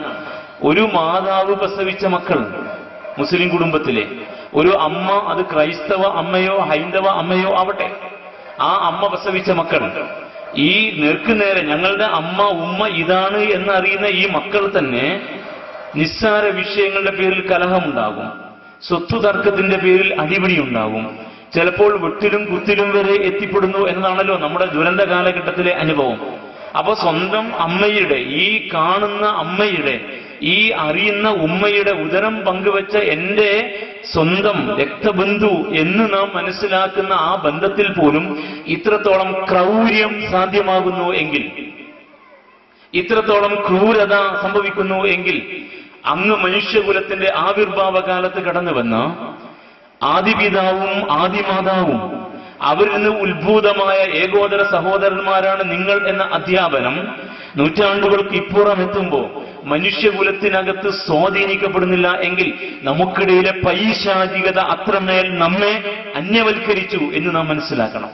ഇതൊരു വലിയ ദുരന്തമാണ്. ഇത് വേദങ്ങൾ പഠിപ്പിക്കാനിട്ടല്ല. നമ്മൾ വേദമൂല്യങ്ങളെ കൈയൊഴിഞ്ഞുകൊണ്ട് ഭൗതികതയുടെ, ധനമോഹത്തിന്റെ, സ്വാർത്ഥതയുടെ പിന്നാലെ പോയതിന്റെ ഭാഗമാണ്. അതുകൊണ്ട് ഈയുള്ളവൻ രണ്ടാമതായിട്ട് പറഞ്ഞ വസ്തുത നമ്മുടെ വേദമൂല്യങ്ങളെ നാം മാനിക്കണം എന്നാണ്. അങ്ങനെയെങ്കിൽ മുഴുവൻ മനുഷ്യരെയും, ലോകത്തുള്ള മുഴുവൻ മനുഷ്യരെയും ഏകോദര സഹോദരന്മാരായി കാണാനുള്ള വിശാലത ഇസ്ലാമിന്റെ ആളുകൾക്കുണ്ടാവണം. നമുക്ക് ഈ സന്ദേശം മറ്റുള്ളവർക്ക് കൊടുക്കാൻ യോഗ്യതയും അർഹതയും ഉണ്ടാവണം. നിങ്ങളെ നാം ഒരാളിൽ നിന്നും ഒരു പെണ്ണിൽ നിന്നുമാണ് സൃഷ്ടിച്ചിരിക്കുന്നത്. നിങ്ങളെ വിവിധ വർഗങ്ങളും വർണ്ണങ്ങളും ദേശ ഭാഷ സാംസ്കാരിക പൈതൃകമുള്ളവരുമാക്കി മാറ്റിയത് നിങ്ങൾ അതിന്റെ പേരിൽ കമ്പാർട്ട്മെന്റുകളായി, വാട്ടർ കമ്പാർട്ട്മെന്റുകളായി, ധ്രുവീകരണത്തിന്റെ അടിസ്ഥാനത്തിൽ സാമുദായികതയുടെയോ അല്ലെങ്കിൽ ദേശീയതയുടെയോ അല്ലെങ്കിൽ മറ്റെന്തെങ്കിലും പേരിലോ മതത്തിന്റെയോ പേരിൽ ഇങ്ങനെ ധ്രുവീകരിക്കപ്പെട്ട് അതിന്റെ മതിൽക്കെട്ടിനകത്ത് ഇരിക്കുകയും അതിനപ്പുറത്തുള്ളവരെ ശത്രുക്കളായി കാണുകയും ചെയ്യുന്ന, അതിനപ്പുറത്തുള്ളവർ നമ്മുടെ ശത്രുക്കളാണെന്ന് തെറ്റായി മനസ്സിലാക്കുകയും ചെയ്ത ക്രമത്തിലേക്ക് പോകാനല്ല, ഈ തആറഫു തിരിച്ചറിയാൻ വേണ്ടി മാത്രമാണ്. ഫോർ ഐഡന്റിറ്റി എന്നാണ് അതിന് ആംഗലേയ ഭാഷയിൽ പണ്ഡിതന്മാർ അർത്ഥം പറഞ്ഞിരിക്കുന്നത്. ഇതെല്ലാം തിരിച്ചറിയാനുള്ള അടയാളങ്ങളാണ്. എങ്കിൽ നാം പരസ്പരം ഒന്നൊന്ന് അറിഞ്ഞുകൊണ്ട് ആത്മാർത്ഥമായിട്ട് മനുഷ്യനെ ഉൾക്കൊള്ളാൻ, പ്രപഞ്ചനാഥനെ അംഗീകരിക്കാൻ നമുക്ക് സാധിക്കണം. എങ്കിലേ നമ്മിൽ ദൈവബോധമുണ്ടെന്ന് പറയാൻ പറ്റൂ. എങ്കിലേ നമ്മൾ യഥാർത്ഥ ദൈവദാസന്മാരായി തീരൂ. ഇന്ന അക്രമക്കും ഇൻദല്ലാഹി അത്ഖാക്കും എന്നാണ് സൂക്തത്തിന്റെ അവസാന ഭാഗം. നിങ്ങളിൽ നാഥന്റെ അടുക്കൽ ശ്രേഷ്ഠർ നാഥന്റെ ശാസനകളെ, നാഥൻ പഠിപ്പിച്ച ഈ നിർദ്ദേശങ്ങളെ യഥാവിധി പാലിച്ച് ജീവിക്കുന്നവരാണ്. ഇത് നാഥൻ നൽകിയ നിർദ്ദേശമാണ്. നിങ്ങളൊരു മാതാവിന്റെയും പിതാവിന്റെയും മക്കളാണെന്ന്. അതുകൊണ്ട് പരസ്പരം ആ അർത്ഥത്തിൽ ഉൾക്കൊള്ളാനും സ്നേഹിക്കാനും കഴിയണം എന്ന്, ആ നിലക്ക് നിങ്ങൾ മുന്നോട്ട് പോകണമെന്ന്. ഈ വൈവിധ്യങ്ങളെല്ലാം യഥാർത്ഥത്തിൽ നിങ്ങളെ തിരിച്ചറിയാനുള്ള വൈവിധ്യത്തിന്റെ അടയാളങ്ങൾ മാത്രമാണ്. അടിസ്ഥാനപരമായി നിങ്ങൾ ഒന്നാണെന്ന് നിങ്ങൾ മനസ്സിലാക്കണം എന്ന്. അങ്ങനെ നാഥൻ അതിന്റെ അടിസ്ഥാനത്തിൽ പഠിപ്പിച്ച മുഴുവൻ ധർമ്മശാസനകളും പാലിക്കണം. അതിനാണ് തഖ്വ എന്ന് പറയുക. അങ്ങനെ നിങ്ങൾ ഈ ധർമ്മശാസനകളെ പാലിച്ചുകൊണ്ട് ജീവിക്കുന്നവർ ആരോ, അതിൽ വിജയിക്കുന്നവരാരോ അവരാണ് ദൈവത്തിന്റെ അടുക്കൽ ഉന്നതസ്ഥാനീയർ എന്നും പഠിപ്പിച്ചിരിക്കുന്നു. ഇതൊരു വലിയ പാഠമാണ്. ഇത് വേദം നൽകുന്ന മൂല്യങ്ങളാണ്. ഈയുള്ളവൻ ഇങ്ങനെ പറയാൻ ആഗ്രഹിക്കുന്നു, നമ്മുടെ സമയ പരിമിതിക്കകത്ത് നിന്ന് ഒരു ബഹുസ്വര സമൂഹത്തിൽ ഏറ്റവും ക്രിയാത്മകമായി ജീവിക്കാൻ മനുഷ്യകുലത്തെ പഠിപ്പിക്കുന്ന വേദമാണ് ഖുർആൻ. ഒരു ബഹുസ്വര സമൂഹത്തിൽ ഏറ്റവും ക്രിയാത്മകമായി ജീവിക്കേണ്ടത് എങ്ങനെ എന്ന് മനുഷ്യകുലത്തെ പഠിപ്പിക്കുന്ന വേദമാണ് ഖുർആൻ. വിശുദ്ധ ഖുർആനിലെ ഒരു സൂക്തമാണ് ഇവിധം പറയാൻ ഈ ഉള്ളവനെ ധൈര്യപ്പെടുത്തുന്നത്. വിശുദ്ധ ഖുർആനിലെ 6-ാം അധ്യായം 108-ാം വചനം, സൂറ അൽ-അൻആം. അള്ളാഹു പറയുന്നു, വലാ തസുബ്ബുൽ ലദീന യദഊന മിൻ ദൂനില്ലാഹ്, നിങ്ങളുടെ കൂടെ ജീവിക്കുന്ന മനുഷ്യർ, അവർ നിങ്ങൾ വണങ്ങുന്ന, വഴങ്ങുന്ന, ആരാധിക്കുന്ന, അനുസരിക്കുന്ന പ്രപഞ്ചനാഥനായ അള്ളാഹുവിനെ വിട്ട് മറ്റു പലതിനെയും ആരാധിക്കുകയും അനുസരിക്കുകയും വണങ്ങുകയും ചെയ്യും എന്നത് ശരിയാണ്. അതാണ് മതങ്ങൾ, അതാണ് ഈ വൈവിധ്യം, മതങ്ങളിലെ വൈവിധ്യം. ബഹുമതം ബഹുസ്വരം. അപ്പോ അങ്ങനെ പ്രപഞ്ചനാഥനായ അള്ളാഹുവിനെ വിട്ട് മറ്റു പല ദൈവസങ്കല്പങ്ങളും വെച്ച് പുലർത്തുന്ന, അതിനനുസൃതമായി ആരാധനാലയങ്ങളും ആരാധനാ രീതികളും ആചാര അനുഷ്ഠാനങ്ങളും സാംസ്കാരിക പൈതൃകങ്ങളും കൊണ്ടു നടക്കുന്ന അത്തരം ആളുകളുടെ ദൈവങ്ങളെ, ആരാധനാമൂർത്തികളെ നിങ്ങൾ അപഹസിക്കരുത്, പരിഹസിക്കരുത്, നിന്ദിക്കരുത്, ബള്ളു പറയരുത് എന്ന് എന്റെ തിരുവനന്തപുരം ഭാഷയിൽ പറഞ്ഞാൽ വലാത്ത സുബ്ബു, ചീത്ത പറയരുത് എന്നാണ്. അങ്ങനെ നിങ്ങൾ ചെയ്താൽ ഫയസുബുല്ല, തിരിച്ച് നിങ്ങൾ ആരാധിക്കുന്ന പ്രപഞ്ചനാഥനെ അവരും തിരിച്ച് ചീത്ത പറയും, അപഹസിക്കും, പരിഹസിക്കും. ആ നാഥന് നൽകുന്ന ആരാധനാ രീതികളെ, ആ നാഥന്റെ കൽപ്പനാനുസാരം അനുഷ്ഠിക്കുന്ന അനുഷ്ഠാനങ്ങളെ, ആ നാഥന് ആരാധന അർപ്പിക്കുന്ന ആരാധനാലയങ്ങളെ തിരിച്ച് അവരും അപഹസിക്കും, നിന്ദിക്കും, പരിഹസിക്കും. അത് നിങ്ങൾക്കുള്ളിൽ ശാസ്ത്രവും ഉണ്ടാക്കും, വർഗീയതയുടെ വിധ്വംസക വിദ്വേഷ പ്രവർത്തനങ്ങൾക്ക് കാരണമാകും.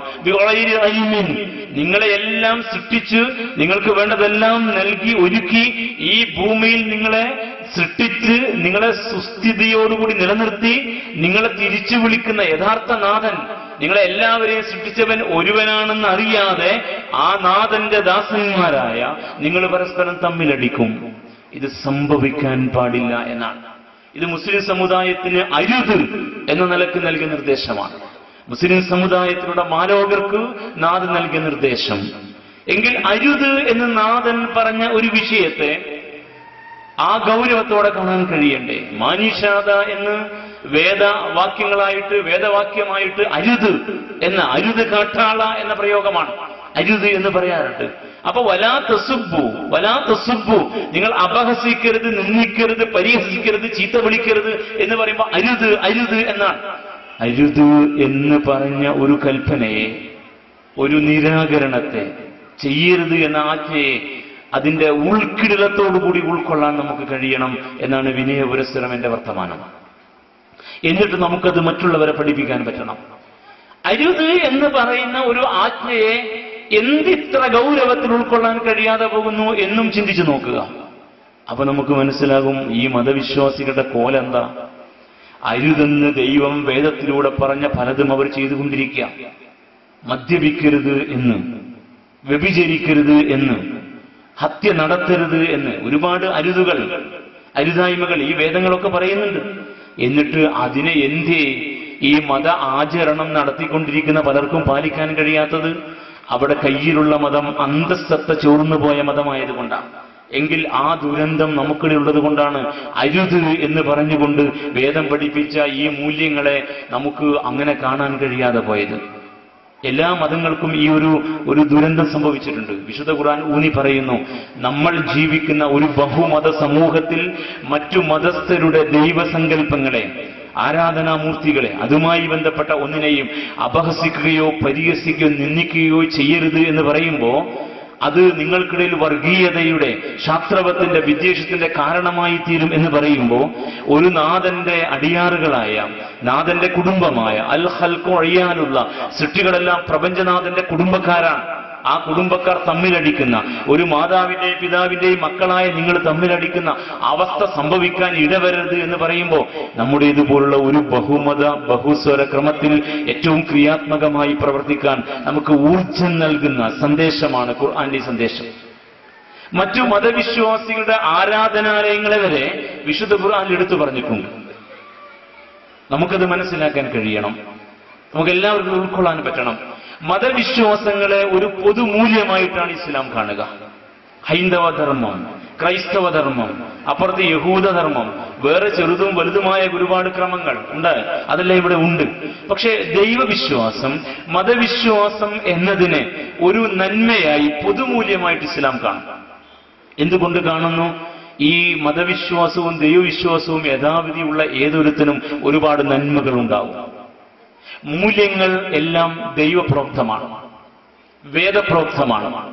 അത് പ്രവാചകന്മാർ, ഋഷീശ്വരന്മാർ, മനീഷിമാർ പഠിപ്പിച്ചതാണ്. മൂല്യങ്ങൾ ഒന്നും വേറെ ആരോ കണ്ടെത്തിയതല്ല. റോഡിലൂടെ നടക്കുന്ന ഒരു പെൺകുഞ്ഞിനെ കയറി പിടിക്കാൻ പാടില്ല എന്നതൊരു പൊതു ചിന്താധാരയാണ്, പൊതുമൂല്യമാണ്. അതിന് വിരുദ്ധമാണ് നമ്മുടെ സാമൂഹ്യ ക്രമത്തിൽ ഇപ്പോൾ നടക്കുന്ന വൃത്തികേടുകൾ. ഈ മൂല്യം ആരാണ് പഠിപ്പിച്ചത്? ഏതോ ശാസ്ത്രകാരന്മാർ തങ്ങളുടെ നീണ്ടകാലത്തെ ശാസ്ത്ര നിരീക്ഷണ ഗവേഷണ പരീക്ഷണത്തിന്റെ ഒടുവിൽ കണ്ടെത്തിയ തത്വമല്ല. അത് മനുഷ്യകുലത്തിന്റെ തുടക്കം മുതലേ പ്രപഞ്ചനാഥൻ, മഹാരഥന്മാരായ പ്രവാചകന്മാർ അവരിലൂടെ മനുഷ്യർക്ക് നൽകിയതാ. ഈ മഹാഗുരുക്കന്മാർ നമ്മെ പഠിപ്പിച്ചതാ. എങ്കിൽ എല്ലാ മതങ്ങളുടെ കയ്യിലും ഈ മൂല്യങ്ങളുണ്ട്. അതുകൊണ്ട് തന്നെ മതവിശ്വാസം പൊതുമൂല്യവും പൊതു നന്മയുമായിട്ട് നമുക്ക് കാണാൻ കഴിയണം. ഇസ്ലാം അങ്ങനെ നോക്കിക്കാണുന്നുണ്ട്. ഇതര മതസ്ഥരുമായി എവിടേക്ക് യോജിക്കുന്നു വിയോജിക്കുന്നു എന്ന് കൃത്യമായിട്ട് ഖുർആൻ പറയും. ആ വിയോജിപ്പിനെ എങ്ങനെയാണ് പ്രകാശിപ്പിക്കേണ്ടതെന്ന് പ്രവാചകൻ കാഴ്ചവെക്കുകയും ചെയ്തു. നേരത്തെയുള്ളവൻ അതിന്റെ ഒരു ചിത്രം നിങ്ങളുടെ മുമ്പിൽ അവതരിപ്പിച്ചു. പക്ഷേ അതുകൊണ്ട് മറ്റു മതങ്ങളെ അംഗീകരിക്കും. കാരണം കള്ളം പറയരുത് എന്നത് എല്ലാ മതക്കാരും അംഗീകരിക്കുന്ന തത്വമാണ്. ഹത്യ നടത്തരുത്, ആരാണ് നിരാകരിക്കുക? അപ്പൊ ഇത് പൊതുമൂല്യമാണ്. എങ്കിൽ ആ പൊതുമൂല്യങ്ങളെ ഉൾക്കൊണ്ടുകൊണ്ടേ നമുക്ക് മുന്നോട്ട് പോകാൻ പറ്റൂ. അതുകൊണ്ടാണ് വിശുദ്ധ ഖുർആൻ ഇതര മതങ്ങളുടെ ദേവാലയങ്ങളുടെ പേര് വരെ എടുത്തു പറഞ്ഞുകൊണ്ട് ഒരു തത്വം നമ്മെ പഠിപ്പിച്ചത്. വിശുദ്ധ ഖുർആനിലെ സൂറ ഹജ്ജിൽ 22-ാം അധ്യായത്തിലെ 40-ാം സൂക്തം അള്ളാഹു പറയുന്നുണ്ട്, ഒരു ശക്തി മറ്റെല്ലാവരെയും അതിജയിച്ച് അഹങ്കാരത്തിന്റെ കൊടുമുടി കയറുന്ന അവസ്ഥ വന്നാൽ അവർക്കിഷ്ടമില്ലാത്ത എല്ലാറ്റിനെയും തകർക്കുന്ന ധിക്കാരം, നശീകരണത്തിന്റെ പ്രവണത അവർ ഭൂമിയിൽ ചെയ്തു കളയും. അതിന് ഞാൻ അനുവദിക്കില്ല, അതിന് ഞാൻ സമ്മതിക്കില്ല എന്ന് അള്ളാഹു പറയാം. അങ്ങനെ ഒരു ശക്തി അജയ്യമായി വരുന്ന അവസ്ഥ വന്നാൽ ആ ശക്തിയെ ഒരു മറുശക്തി കൊണ്ട് ഞാൻ പ്രതിരോധിക്കും. അങ്ങനെ ശാക്തികമായ ഒരു സന്തുലനം ഭൂമിയിൽ സാധ്യമാക്കും. ആ ശാക്തിക സന്തുലനത്തിന്റെ അടിസ്ഥാനത്തിലും ഒരു സമാധാനം ഉണ്ടായി വരും. ശാക്തിക സന്തുലനത്തിലും ഒരു സമാധാനം ഉണ്ടാകും. അത് എത്ര കാലം തുടരുമെന്നൊക്കെ വേറൊരു ചർച്ചാ വിഷയമാണ്.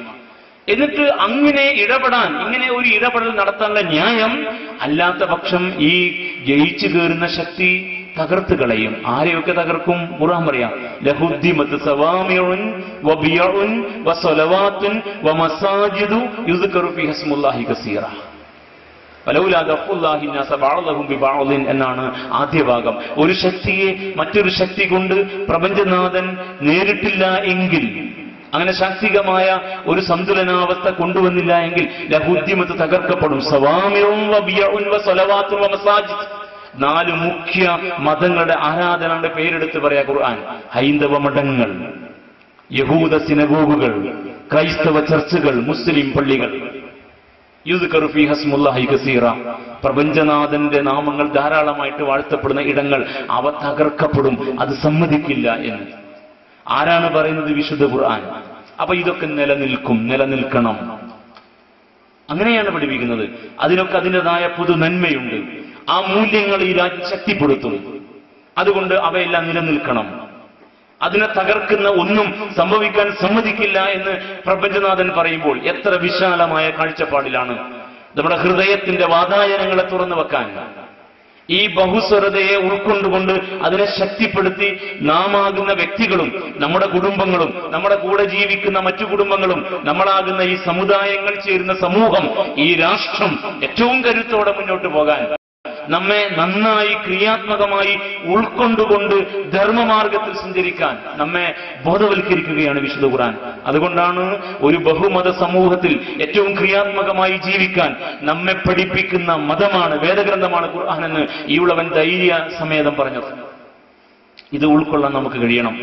ഞാൻ എന്റെ 2ാമത് പോയിന്റിനെ ഇവിടെ അവസാനിപ്പിക്കുകയാണ്. നമ്മുടെ വേദമൂല്യങ്ങളെ ഉൾക്കൊള്ളുക. മറ്റു വേദങ്ങൾ ഈ മൂല്യങ്ങളെ പ്രകാശിപ്പിക്കുന്ന വിധം ഇവിടെ ചർച്ച ചെയ്യപ്പെടുമെന്ന് വിചാരിക്കുന്നു. 3ാമത്തേത്, നാം നമ്മുടെ കാലഘട്ടത്തിന്റെ ആവശ്യത്തെ മനസ്സിലാക്കുക. നമ്മുടെ കാലഘട്ടത്തിന്റെ ആവശ്യം എന്താണെന്ന് തിരിച്ചറിയണം. നമ്മുടേത് ധർമ്മത്തിന് മേൽക്കൈയുള്ള ഒരു ക്രമമായിരുന്നു ഇന്ത്യ. ആ ധർമ്മത്തിന് മേൽക്കൈയുള്ള ക്രമത്തെ ശക്തിപ്പെടുത്തുകയാണ് ചെയ്തത് ഇസ്ലാമിക ദർശനം. അങ്ങനെയാണ് ധർമ്മത്തിന് മേൽക്കൈയുള്ള ഒരു ക്രമം ഇപ്പോൾ കാമത്തിന് മേൽക്കൈയുള്ള ക്രമമായി മാറിയിരിക്കുകയാണ്. അതാണ് ഈ കാലഘട്ടത്തിന്റെ ദുരന്തം.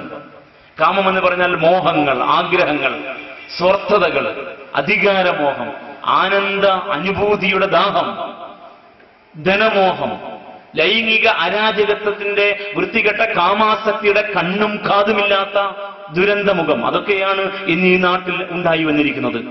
ധർമ്മത്തിന് മേൽക്കൈയുള്ള ഒരു ക്രമം കാമത്തിന് മേൽക്കൈയുള്ള അവസ്ഥയിലേക്ക് അധപ്പതിച്ച കാലഘട്ടത്തിൽ നമ്മൾ ഈ കാമാസക്തികളെ പ്രോജ്വലിപ്പിക്കാനാണോ നിലകൊള്ളേണ്ടത്? അതല്ല, ഈ ധർമ്മത്തിന് മേൽക്കൈയുള്ള ക്രമത്തിലേക്ക് ഈ ക്രമത്തെ തിരിച്ചു നടത്താനാണോ ശ്രമിക്കേണ്ടത് എന്ന് ധർമ്മസമരത്തിൽ എഴുന്നേറ്റ് നിൽക്കേണ്ടുന്ന ആളുകൾ ചിന്തിക്കണം. ധർമ്മസമരം എല്ലാവർക്കും പരിചയമുള്ള പ്രയോഗമാണ്. ജിഹാദ് എന്ന് ഖുർആൻ അതിനെ കുറിച്ച് പറയും. ധർമ്മത്തിന് മേൽക്കൈയുള്ള ക്രമത്തിന് ഇഖാമത്തുദ്ദീൻ എന്നാണ് പറയുക ഖുർആൻ. ദീൻ എന്ന് പറഞ്ഞാൽ ധർമ്മം. അക്കാമ സ്ഥാപിച്ചു എന്നാണ്. ഇഖാമത്തുദ്ദീൻ ധർമ്മ സംസ്ഥാപനം. മൂല്യങ്ങളെ മഅറൂഫ് എന്നാണ് വിശുദ്ധ ഖുർആൻ പറയുക. അംറും ബിൽ മഅറൂഫ് നഹ്യും അനിൽ മുൻകർ എന്ന് ധാരാളമായിട്ട് ഖുർആനിൽ കാണാം. പ്രവാചക നിയോഗം അതിനായിരുന്നു. മുസ്ലിം സമുദായത്തിന്റെ നിയോഗവും അതായിരിക്കണമെന്ന്. തഅ്മുറൂന ബിൽ മഅറൂഫി വതൻഹൗന അനിൽ മുൻകർ. നിങ്ങൾ മൂല്യങ്ങളെ സ്ഥാപിക്കണം, ധർമ്മത്തെ സ്ഥാപിക്കണം, മൂല്യച്യുതിയെ ഇല്ലായ്മ ചെയ്യണം. ഖൈർ എന്ന് മൂല്യങ്ങൾക്ക് ഖുർആൻ പറയും. വൽതകും മിൻകും ഉമ്മ. നിങ്ങൾ ഇന്ന് ഒരു ഉമ്മത്ത്, ഒരു ആദർശ സമൂഹം ഉണ്ടാകണം. എന്താണ് ആ സമൂഹം ചെയ്യേണ്ടത്? ആ സമൂഹം ഖൈറിലേക്ക് മനുഷ്യരെ വിളിക്കണം. ഖൈർ, മൂല്യങ്ങളിലേക്ക് മനുഷ്യരെ വിളിക്കണം, നന്മയിലേക്ക് മനുഷ്യരെ വിളിക്കണം. ധാരാളം സൂക്തങ്ങൾ. അപ്പൊ ധർമ്മത്തിന് മേൽക്കൈയുള്ള ഒരു ക്രമം പണിയണം. ഈ ക്രമം അതായിരുന്നു. അത് കാമത്തിന് മേൽക്കൈയുള്ള ക്രമമായി മാറി. ധർമ്മ സംസ്ഥാപനവുമായി ബന്ധപ്പെട്ട് വേദം പറയുന്ന വർത്തമാനം ധർമ്മ സംസ്ഥാപനാർത്ഥായാം സംഭവാമി യുഗേ യുഗേ എന്ന് നമുക്ക് പരിചയമുള്ള വാക്യമാണ്. അവിടെയും ധർമ്മ സംസ്ഥാപനത്തെ കുറിച്ചുള്ള വർത്തമാനങ്ങളുണ്ട്.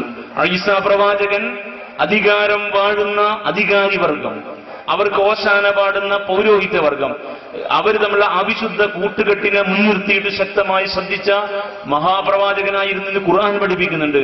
ബൈബിളും യേശുക്രിസ്തുവിനെ പരിചയപ്പെടുന്നത് അങ്ങനെ ഒരു മുഖത്തോടു കൂടിയാണെന്ന് നമുക്ക് മനസ്സിലാക്കാൻ കഴിയും. ഫാദർ ഇവിടെ ഇരിക്കുന്നുണ്ട്. അപ്പൊ ധർമ്മം സ്ഥാപിക്കുക ഈ കാലഘട്ടത്തിന്റെ ആവശ്യമാണ്. അത് നമ്മുടെ പൊതു ആവശ്യമാണ്. അപ്പൊ നമ്മുടെ രാജ്യത്തിന്റെ പൈതൃകം ഉൾക്കൊള്ളുക, എല്ലാവരും ഒന്നിച്ച് ജീവിക്കുന്ന സന്തോഷകരമായ ഈ നാടിന്റെ പരസ്പരം ശക്തിപ്പെടുത്തുന്ന പൈതൃകം.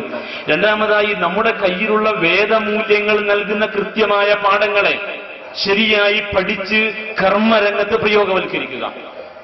അതിന് വിരുദ്ധമായി പ്രവർത്തിക്കുന്നവർ ഏതേത് മതത്തിലുണ്ടോ അവരെ ശരിക്കും ഈ വഴിത്താറിലേക്ക് തിരിച്ചു കൊണ്ടുവരാൻ, അല്ലെങ്കിൽ അവരെ ഒറ്റപ്പെടുത്താൻ, അല്ലെങ്കിൽ അവരെ നിയമത്തിന് മുമ്പിൽ കൊണ്ടുവരാൻ, അല്ലെങ്കിൽ കുൽസിത ശ്രമങ്ങൾക്ക് ശക്തമായ പ്രതിരോധം തീർക്കാൻ നമുക്ക് ബാധ്യതയുണ്ട് ഓരോ മതവിശ്വാസികൾക്കും.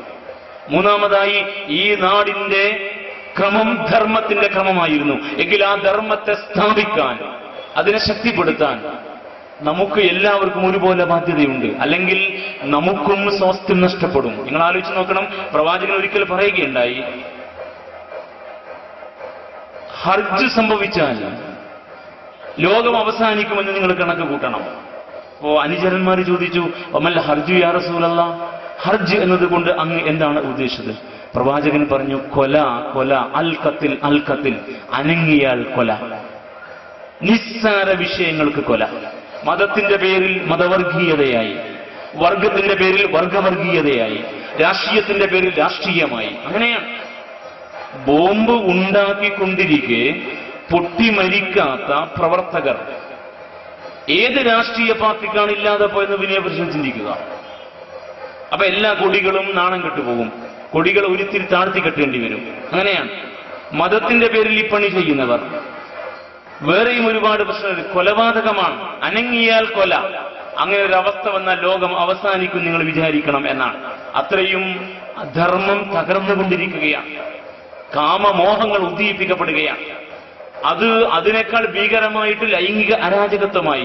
സ്വന്തം പിതാവിന്റെ അടുക്കൽ മകളെ ഏൽപ്പിച്ചു പോകാൻ ഉമ്മമാർക്ക് ധൈര്യമില്ലാത്ത കാലം.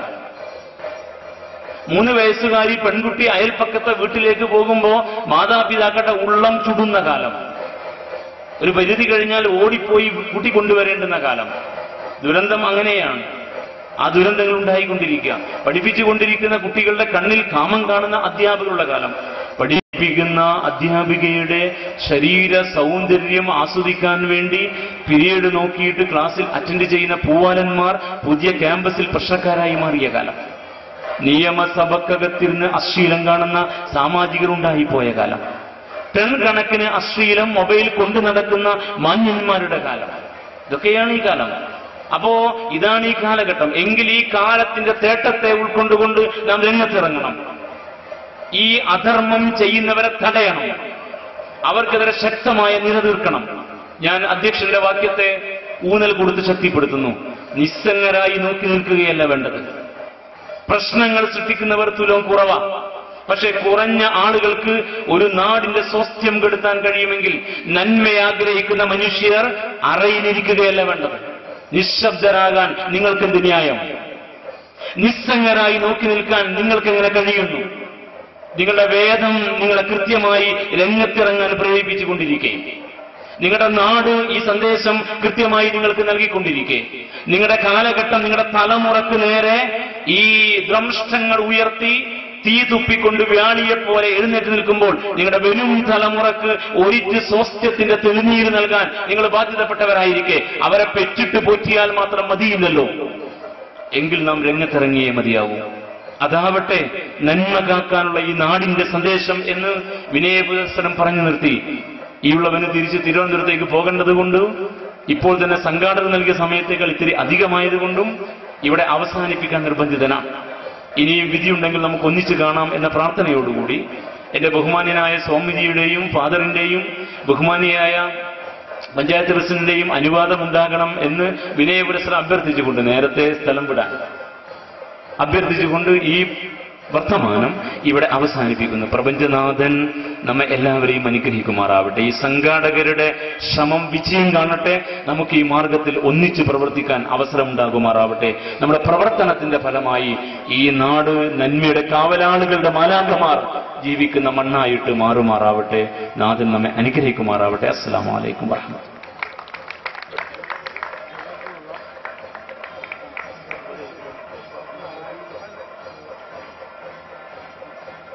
അടുത്തതായി നമ്മോട് സംസാരിക്കുന്നത് നമ്മുടെ പഞ്ചായത്തിന്റെ പ്രസിഡന്റ് ബഹുമാനനായ സി റീന അവറുകളാണ്. അവരെ ആദരപൂർവ്വം ക്ഷണിക്കുന്നു.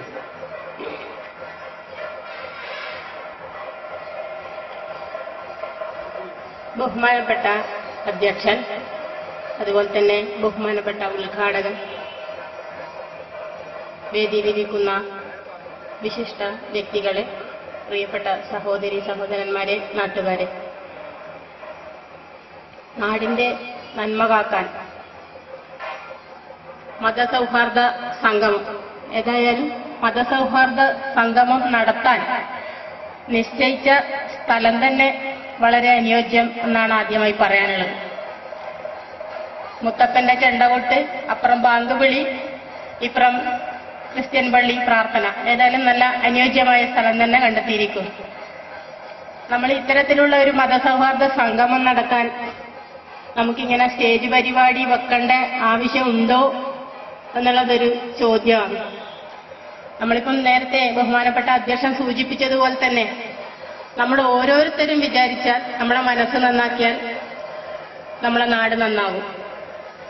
അതുപോലെ തന്നെ ഈ ഒരു മതസൗഹാർദ്ദ സംഗമം ഇവിടെ സംഘടിപ്പിച്ച നമ്മുടെ ജമാഅത്ത് ഇസ്ലാമി സംഘാടകരെ ഞാൻ ആദ്യമായി തന്നെ അഭിനന്ദനം അറിയിക്കുന്നു.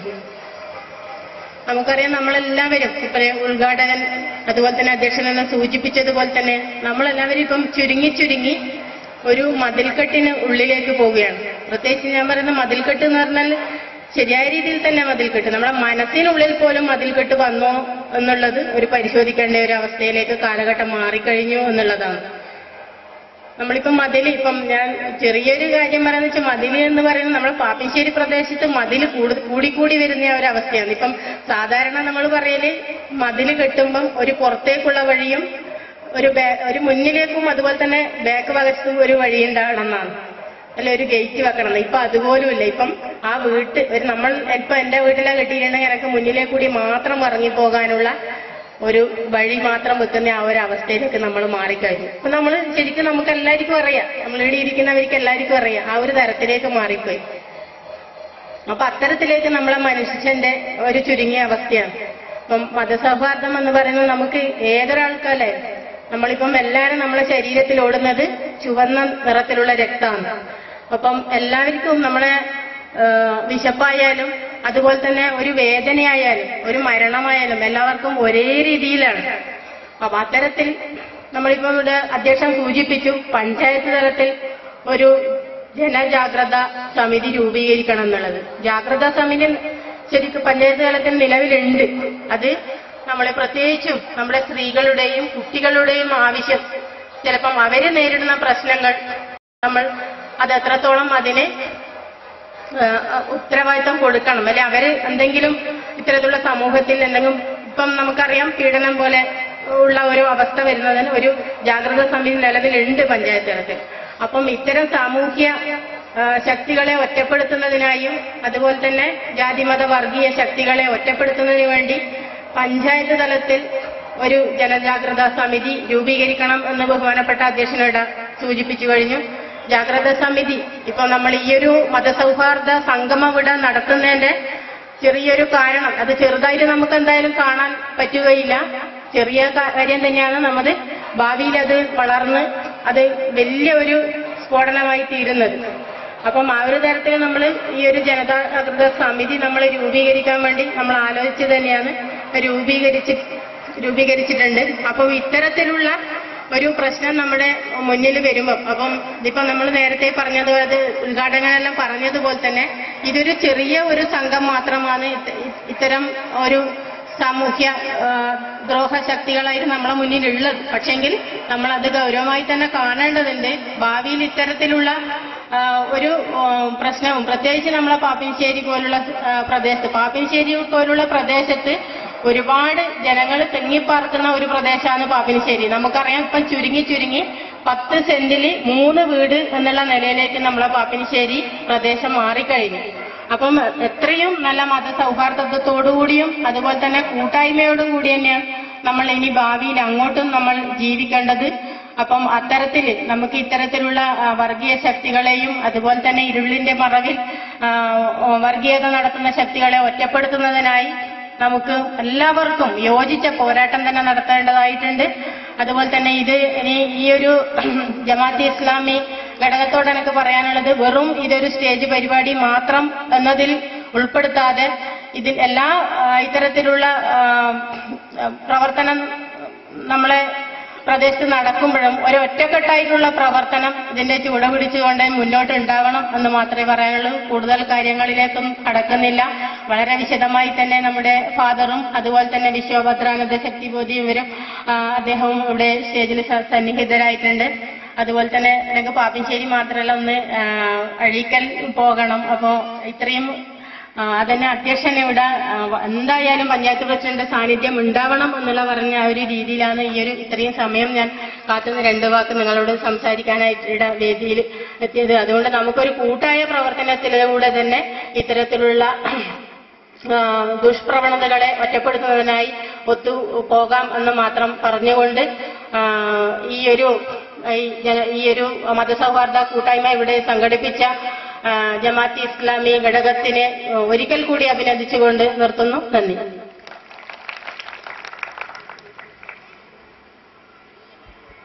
അടുത്തതായി നമ്മോട് സംസാരിക്കുന്നത് റവറന്റ് NK സണ്ണി സാർ അവരുകളാണ്.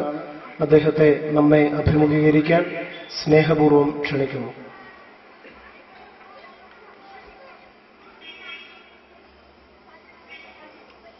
സ്നേഹമുള്ള സഹോദരങ്ങളെ, മാതാപിതാക്കളെ,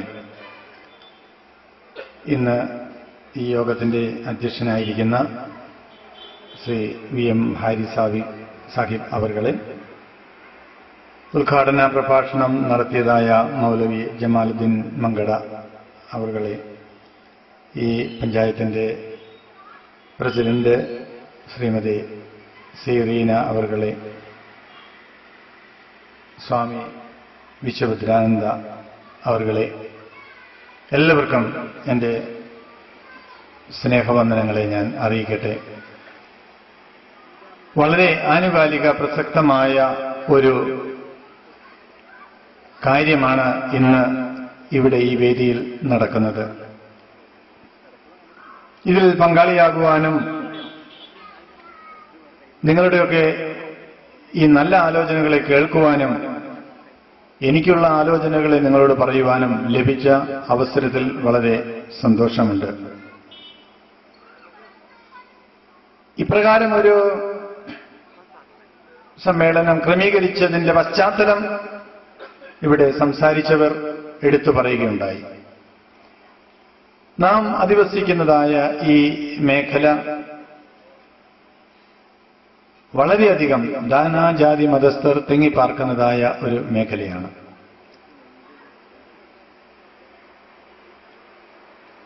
മുൻപ് ഇവിടെ പഞ്ചായത്ത് പ്രസിഡന്റ് പറഞ്ഞതുപോലെ എന്റെ മനസ്സിൽ ആ കാര്യം തിങ്ങി നിൽക്കുകയായിരുന്നു. വീടുകളുടെ എണ്ണം വളരെയധികം നാൾക്കുനാൾ വർദ്ധിച്ചു വരുന്നതായ ഒരു കാഴ്ചയാണ് നാം പാപ്പിനിശ്ശേരിയുടെ പ്രദേശത്ത് കാണുന്നത്. വളരെ നാളുകൾക്ക് മുൻപ് അവിടെ ഇവിടങ്ങളായിട്ട് വീടുകൾ ചിതറിക്കിടന്നിരുന്നെങ്കിൽ ഇന്ന് 2-3 സെന്റിനകത്ത് തന്നെ വീടുകൾ നിറഞ്ഞു വരികയാണ്. ആ വീടുകളെ വേർതിരിച്ചുകൊണ്ട് ആ വീടുകൾ നിർമ്മിക്കുവാൻ ഉപയോഗിക്കുന്നതിനേക്കാൾ അധികം വെട്ടുകല്ല് ഉപയോഗിച്ചുകൊണ്ട് മതിലുകളും പണിയപ്പെടുകയാണ്.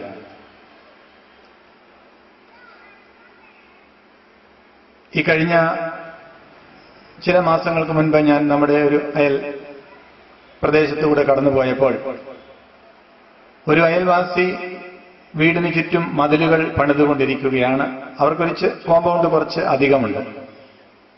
അതിനടുത്ത് താമസിക്കുന്ന ഒരു സഹോദരൻ അവരോട് പറഞ്ഞു, നിങ്ങൾ ഇത്ര ഉയരത്തിൽ മതിലുകൾ പണിതു വെച്ചാൽ നിങ്ങളുടെ വീട്ടിൽ ഒരു അത്യാഹിതമുണ്ടായാൽ, ഒരു നിലവിളി കേട്ടാൽ ഞാൻ എങ്ങനെയാണ് നിങ്ങളുടെ വീട്ടിലേക്ക് ഓടി വരിക? പിന്നെ വളരെ ദൂരം പോയി മെയിൻ റോഡിൽ ചെന്ന് വന്നിട്ടല്ലാതെ ഈ വീട്ടിലേക്ക് പ്രവേശിക്കാൻ പറ്റില്ല. ആ വീടിനോട് തൊട്ടടുത്ത വീടാണ്. അങ്ങനെ പറഞ്ഞ് അദ്ദേഹം അവരുടെ വീടിന് ചേർന്ന് ഒരു ചെറിയ ഗേറ്റ് അവിടെ സ്ഥാപിക്കുന്നത് ഞാൻ എന്റെ കണ്ണുകൊണ്ട് കാണുവാനായിട്ടിടയായി തീർന്നു. ഞാൻ അതിനെ കുറ്റപ്പെടുത്തി പറയുകയല്ല ചെയ്യുന്നത്. ഇത് ഇന്നത്തെ കാലഘട്ടത്തിന്റെ ഒരു സ്വഭാവമായി മാറിയിരിക്കുന്നു.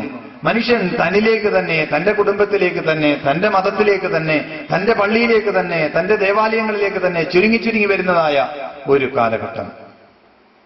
അതിന്റെ ബഹിസ്ഫുരണങ്ങളാണ്, അനന്തരഫലങ്ങളാണ് നാം കാണുന്നതായ തിക്താനുഭവങ്ങൾ. ഇത് കണ്ടുകൊണ്ട് അത് എന്നെ ബാധിക്കുന്നതല്ലോ, എന്റെ കുടുംബത്തെ സംബന്ധിക്കുന്നതല്ലോ എന്ന് പറഞ്ഞ് നമുക്ക് നിസ്സംഗരായിരിക്കുവാനായിട്ട് കഴിയുകയില്ല.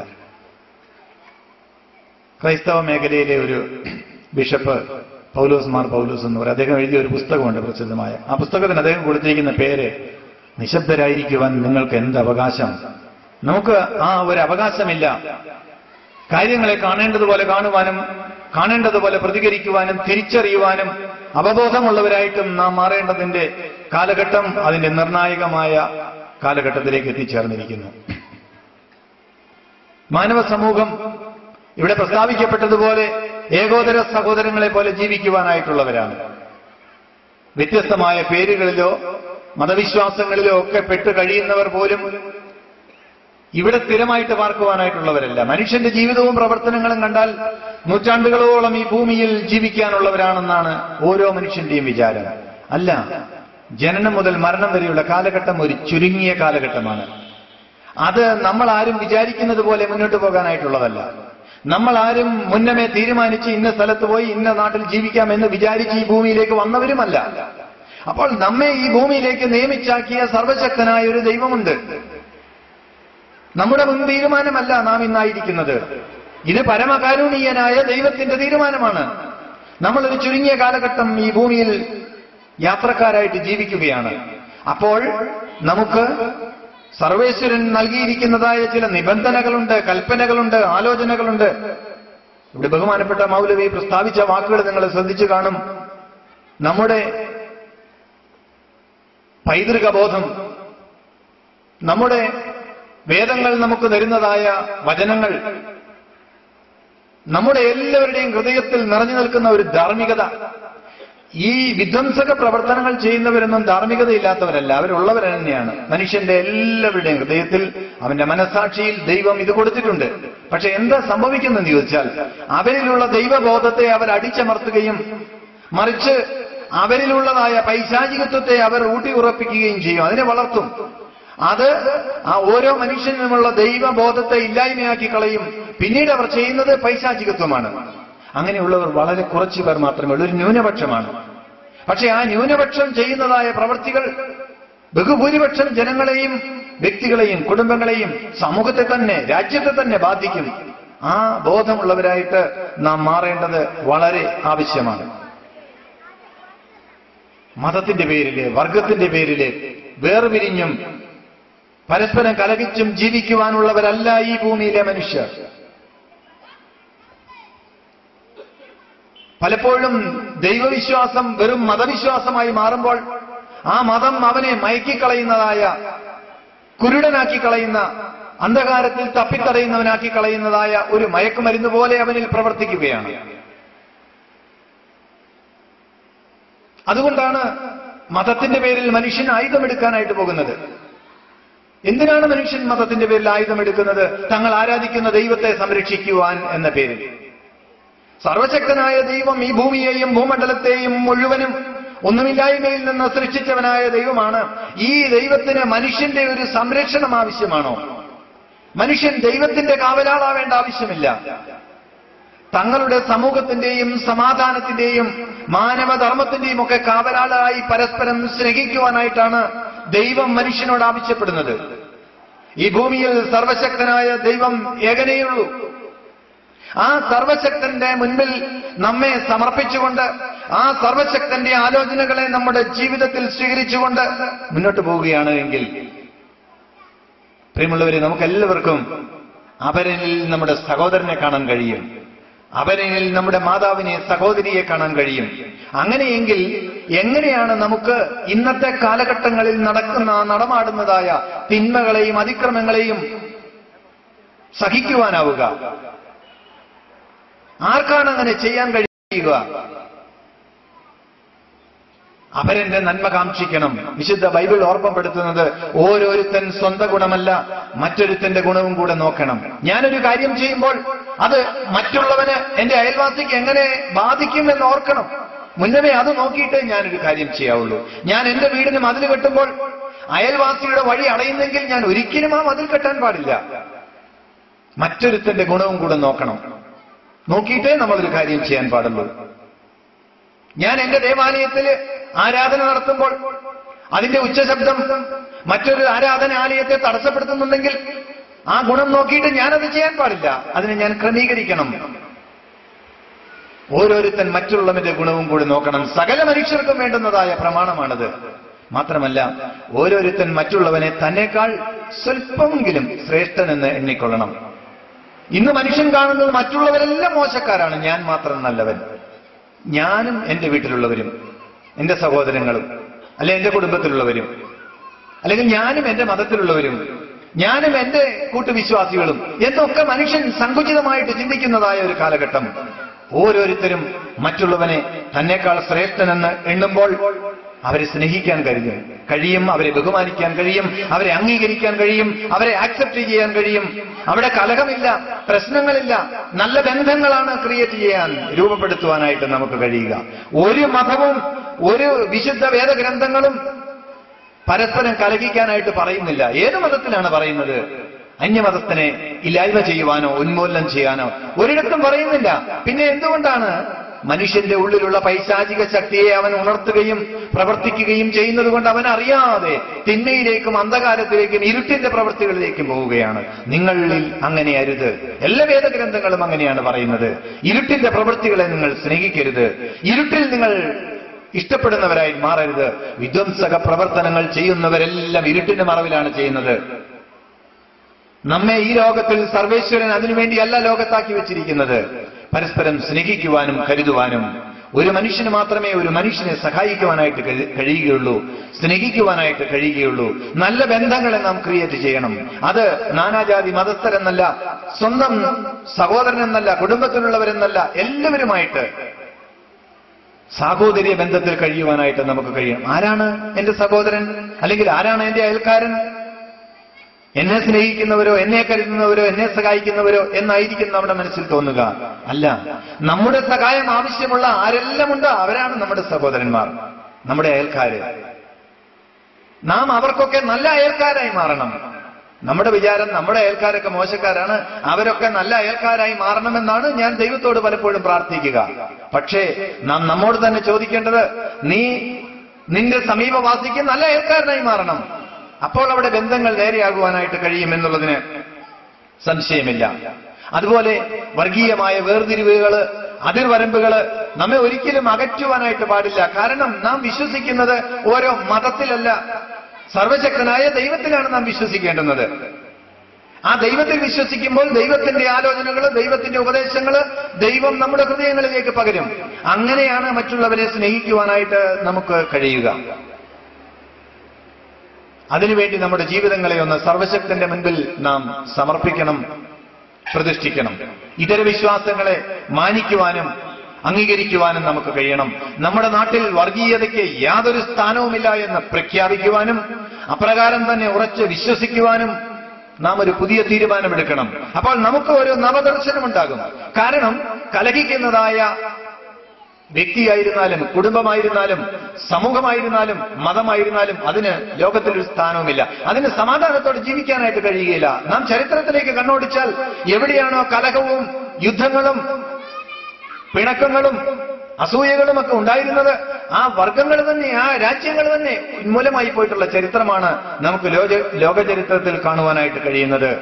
എന്നാൽ പരസ്പര സ്നേഹത്തോടും സാഹോദര്യത്തോടും കൂടെ പ്രവർത്തിക്കുന്നതായ വ്യക്തിയെ നന്മയിലേക്ക് നയിക്കുവാൻ തീർച്ചയായിട്ടും സർവശക്തൻ ആവശ്യമായ എല്ലാ നന്മകളും അനുഗ്രഹങ്ങളും നമ്മുടെ ജീവിതത്തിൽ നൽകുമെന്നുള്ളതിന് യാതൊരു സംശയവുമില്ല. അതുകൊണ്ട് ഇന്ന് ഞാൻ പറഞ്ഞുവല്ലോ, വളരെ ആനുകാലിക പ്രസക്തമായ ഒരു കാലഘട്ടത്തിലാണ് നാം ഇന്നായിരിക്കുന്നത്. അതുകൊണ്ട് നാം ഭയപ്പെടുന്ന തിന്മ നമ്മുടെ സമൂഹത്തിൽ ഒരിക്കലും ഉണ്ടാകുവാനായിട്ട് പാടില്ല. അതിനെ നാം ഭയപ്പെടുമ്പോൾ തന്നെ സമാധാനത്തിന്റെ കാവലാളുകളായി മാറുവാൻ, അവരന്റെ കാവൽക്കാരനായിട്ട് മാറുവാൻ നമുക്ക് കഴിയണം. അന്യമതസ്ഥന്റെ കാവൽക്കാരനായിട്ട് നാം മാറണമെങ്കിൽ അവരെ സ്നേഹിക്കണം. സ്നേഹം നമ്മൾ ഊട്ടിയുറപ്പിക്കണം. എനിക്ക് സ്നേഹമില്ല എങ്കിൽ ഞാൻ ആരൊക്കെയായിരുന്നാലും, വിശുദ്ധ ബൈബിൾ പറയുന്നതാണ്, ഞാൻ വെറും ചിലമ്പുന്ന കൈത്താളമോ വെറും ശബ്ദം മുഴങ്ങുന്ന ചെമ്പോ പോലെ മാത്രമേ ആയിരിക്കുകയുള്ളൂ. അതിന് ജീവൻ ഉണ്ടായിരിക്കുകയില്ല, പ്രതികരണശേഷി ഉണ്ടായിരിക്കുകയില്ല, ശബ്ദകോലാഹലങ്ങൾ ഉണ്ടാക്കാൻ കഴിയാം. പക്ഷെ സ്നേഹം നമ്മൾ കടന്നു വരുമ്പോൾ, അവരെ നാം സ്നേഹിക്കുമ്പോൾ, നാം ദൈവം ആഗ്രഹിക്കുന്നത് പോലെ ഈ ലോകത്തിൽ ജീവിക്കുന്നവരായിട്ട് മാറും. അതാണ് നമുക്ക് ആവശ്യമായിരിക്കുന്നത്. ആ ചിന്തയാണ് നമ്മളിൽ ഉണ്ടാകേണ്ടത്. ഞാൻ പറഞ്ഞല്ലോ, വിധ്വംസക പ്രവർത്തനങ്ങളിൽ ഏർപ്പെടുന്ന ഒരു ന്യൂനപക്ഷത്തെ നാം ഭയപ്പെടുകയല്ല വേണ്ടത്, നാം അവബോധമുള്ളവരായിട്ട് മാറുകയാണ്. നമ്മുടെ പരസ്പര സ്നേഹവും സാഹോദര്യവും പരസ്പരം അംഗീകരിക്കുവാനും സ്നേഹിക്കുവാനും കരുതുവാനുമായിട്ട് ഇടയാക്കി തീരണം. നമ്മളിൽ ഒരു പൈശാചികത്വവും വളർന്നു വരുവാനായിട്ട് പാടില്ല. പകയും വിദ്വേഷവും എല്ലാം കൊണ്ടുവരുന്നത് പൈശാചിക ചിന്തകളാണ്. ദൈവബോധത്തിന് ഒരിക്കലും ഒരു മനുഷ്യന് വിദ്വേഷം കുത്തിവെക്കുവാനായിട്ട് കഴിയുകയില്ല. അതുകൊണ്ട് പൈശാചികത്വത്തെ കെടുത്തിക്കളയുന്ന, ഇല്ലായ്മ ചെയ്യുന്ന, കഴുകിക്കളയുന്നതായ ദൈവ സാന്നിധ്യത്തിലേക്ക് നമ്മുടെ ജീവിതങ്ങൾ മാറണം, നമ്മുടെ വിശ്വാസം മാറണം, നമ്മുടെ ആരാധനകൾ മാറണം. സഹോദരനെ സ്നേഹിക്കാതെ ദൈവസന്നിധിയിൽ പോയി ദൈവത്തെ ആരാധിച്ചതുകൊണ്ട് ഒരു പ്രയോജനവുമില്ല. എത്ര നേരം നാം ദേവാലയത്തിൽ പോയാലും ഒരു പ്രയോജനവുമില്ല. സഹോദരനെയും സമസൃഷ്ടങ്ങളെയും സ്നേഹിക്കാതെ ദൈവത്തിന്റെ സന്നിധിയിലേക്ക് ഒരു മനുഷ്യന് പ്രവേശനമില്ല എന്നാണ് വിശുദ്ധ വേദങ്ങളെല്ലാം ഉദ്ഘോഷിക്കുന്നത്. അതുകൊണ്ട് പ്രിയമുള്ളവരെ, ഈ അവസരത്തിൽ ഞാൻ ദീർഘിപ്പിക്കുന്നില്ല. എനിക്ക് പിന്നാലെ ബഹുമാനപ്പെട്ട സ്വാമി, മറ്റ് നേതാക്കന്മാര് സംസാരിക്കുവാനായിട്ടുണ്ടല്ലോ. മാത്രമല്ല, സമയവും വളരെ അതിക്രമിച്ചിരിക്കുന്നു. നാം എല്ലാവരും ഈ കാലഘട്ടത്തെ മനസ്സിലാക്കി, ഇത് വർഗീയതയ്ക്ക് എതിരെ മാത്രമല്ല, മനുഷ്യന്റെ ഇടയിൽ, കുടുംബങ്ങളുടെ ഇടയിൽ, ഭവനാന്തരീക്ഷത്തിലും സമൂഹത്തിലും എല്ലാം നടമാടുന്ന എല്ലാ അധാർമികതയ്ക്കെതിരെയും നാം ബോധമുള്ളവരായിട്ട്, സ്നേഹമുള്ളവരായിട്ട്, കരുതലുള്ളവരായിട്ട് മാറാം. അപ്പോൾ ഒരു പുതിയ സമൂഹത്തെ, ഒരു പുതിയ അവബോധമുള്ള, പുതിയ ദർശനമുള്ള സമൂഹത്തെ വാർത്തെടുക്കുവാൻ നമുക്ക്, അതിൽ ഒന്നാമനായി മുൻപന്തിയിൽ നിൽക്കാൻ നാം ശ്രമിക്കണം. അതുകൊണ്ടാണ് ഞാൻ പറഞ്ഞത്, ഞാൻ നല്ല അയൽക്കാരനാകണം, ഞാൻ നല്ല സഹോദരനാകണം, ഞാൻ നല്ല കൂട്ടുകാരനാകണം. അപ്പോൾ എന്റെ ചുറ്റുപാടുകളുമുള്ളവരെല്ലാം എനിക്ക് നല്ല കൂട്ടുകാരും നല്ല അയൽക്കാരും നല്ല സ്നേഹിതരുമായി മാറും. അപ്രകാരം ഒരു നവദർശനം ഉൾക്കൊണ്ടുകൊണ്ട് ദേശത്തിലെ തിന്മകളെ ഉന്മൂലനം ചെയ്യുവാൻ സർവശക്തനായ ദൈവം നമ്മെ എല്ലാവരെയും സഹായിക്കട്ടെ എന്ന് പ്രാർത്ഥിച്ചുകൊണ്ട് ഈ സംരംഭത്തിൽ ഏർപ്പെട്ടതായ ജമാഅത്തെ ഇസ്ലാമിക്ക് എല്ലാവിധ നന്മകളും നേർന്നുകൊണ്ടും ഞാൻ എന്റെ വാക്കുകളെ ഉപസംഹരിക്കുന്നു. സർവശക്തനായ ദൈവം നിങ്ങളെ അനുഗ്രഹിക്കട്ടെ.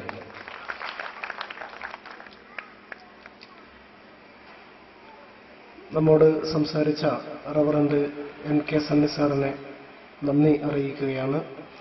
അടുത്തതായി നമ്മെ അഭിമുഖീകരിക്കുന്നത് ഗീത വിജ്ഞാന മാനവവേദിയുടെ സംസ്ഥാന ഗുരുവും ആത്മമിത്രവുമായ സ്വാമി വിശ്വഭദ്രാനന്ദ ശക്തിബോധി അവരുകളെയാണ് നമ്മെ അഭിമുഖീകരിക്കാൻ വേണ്ടി അദ്ദേഹത്തെ ആദരപൂർവ്വം ക്ഷണിക്കുന്നു.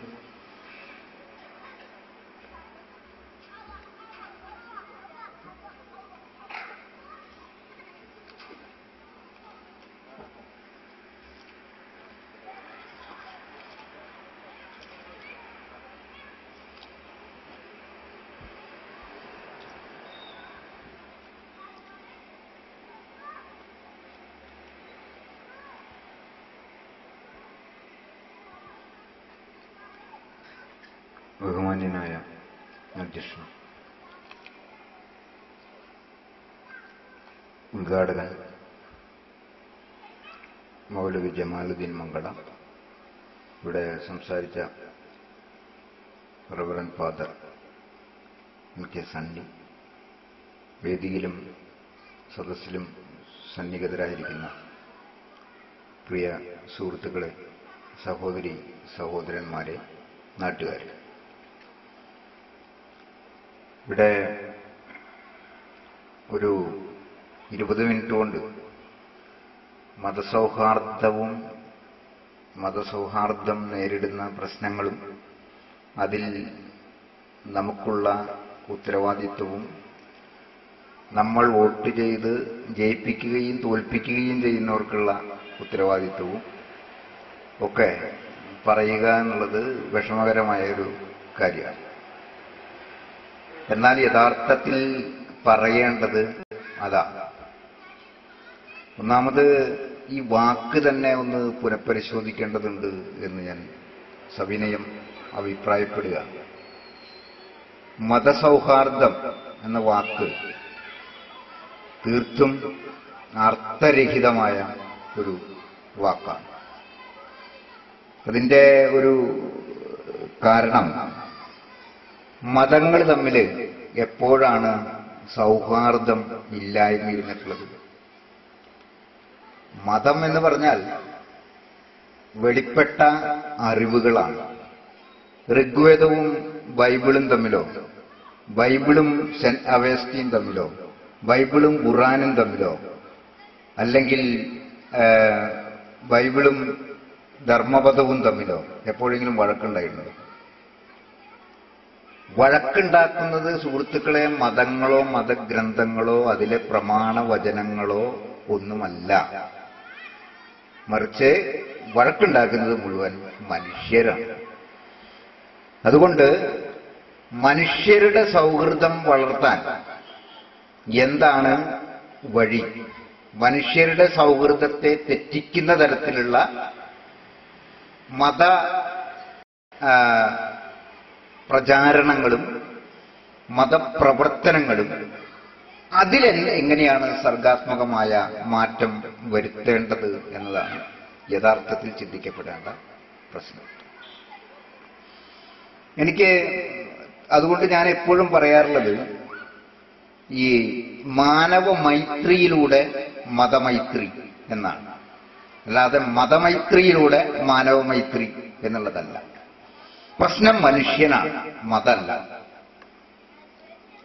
എല്ലാ ദിക്കിലും പ്രശ്നം മനുഷ്യനാണ്. ഭൂമിയുടെ ഒരേ ഒരു പ്രശ്നം മനുഷ്യനാണ്.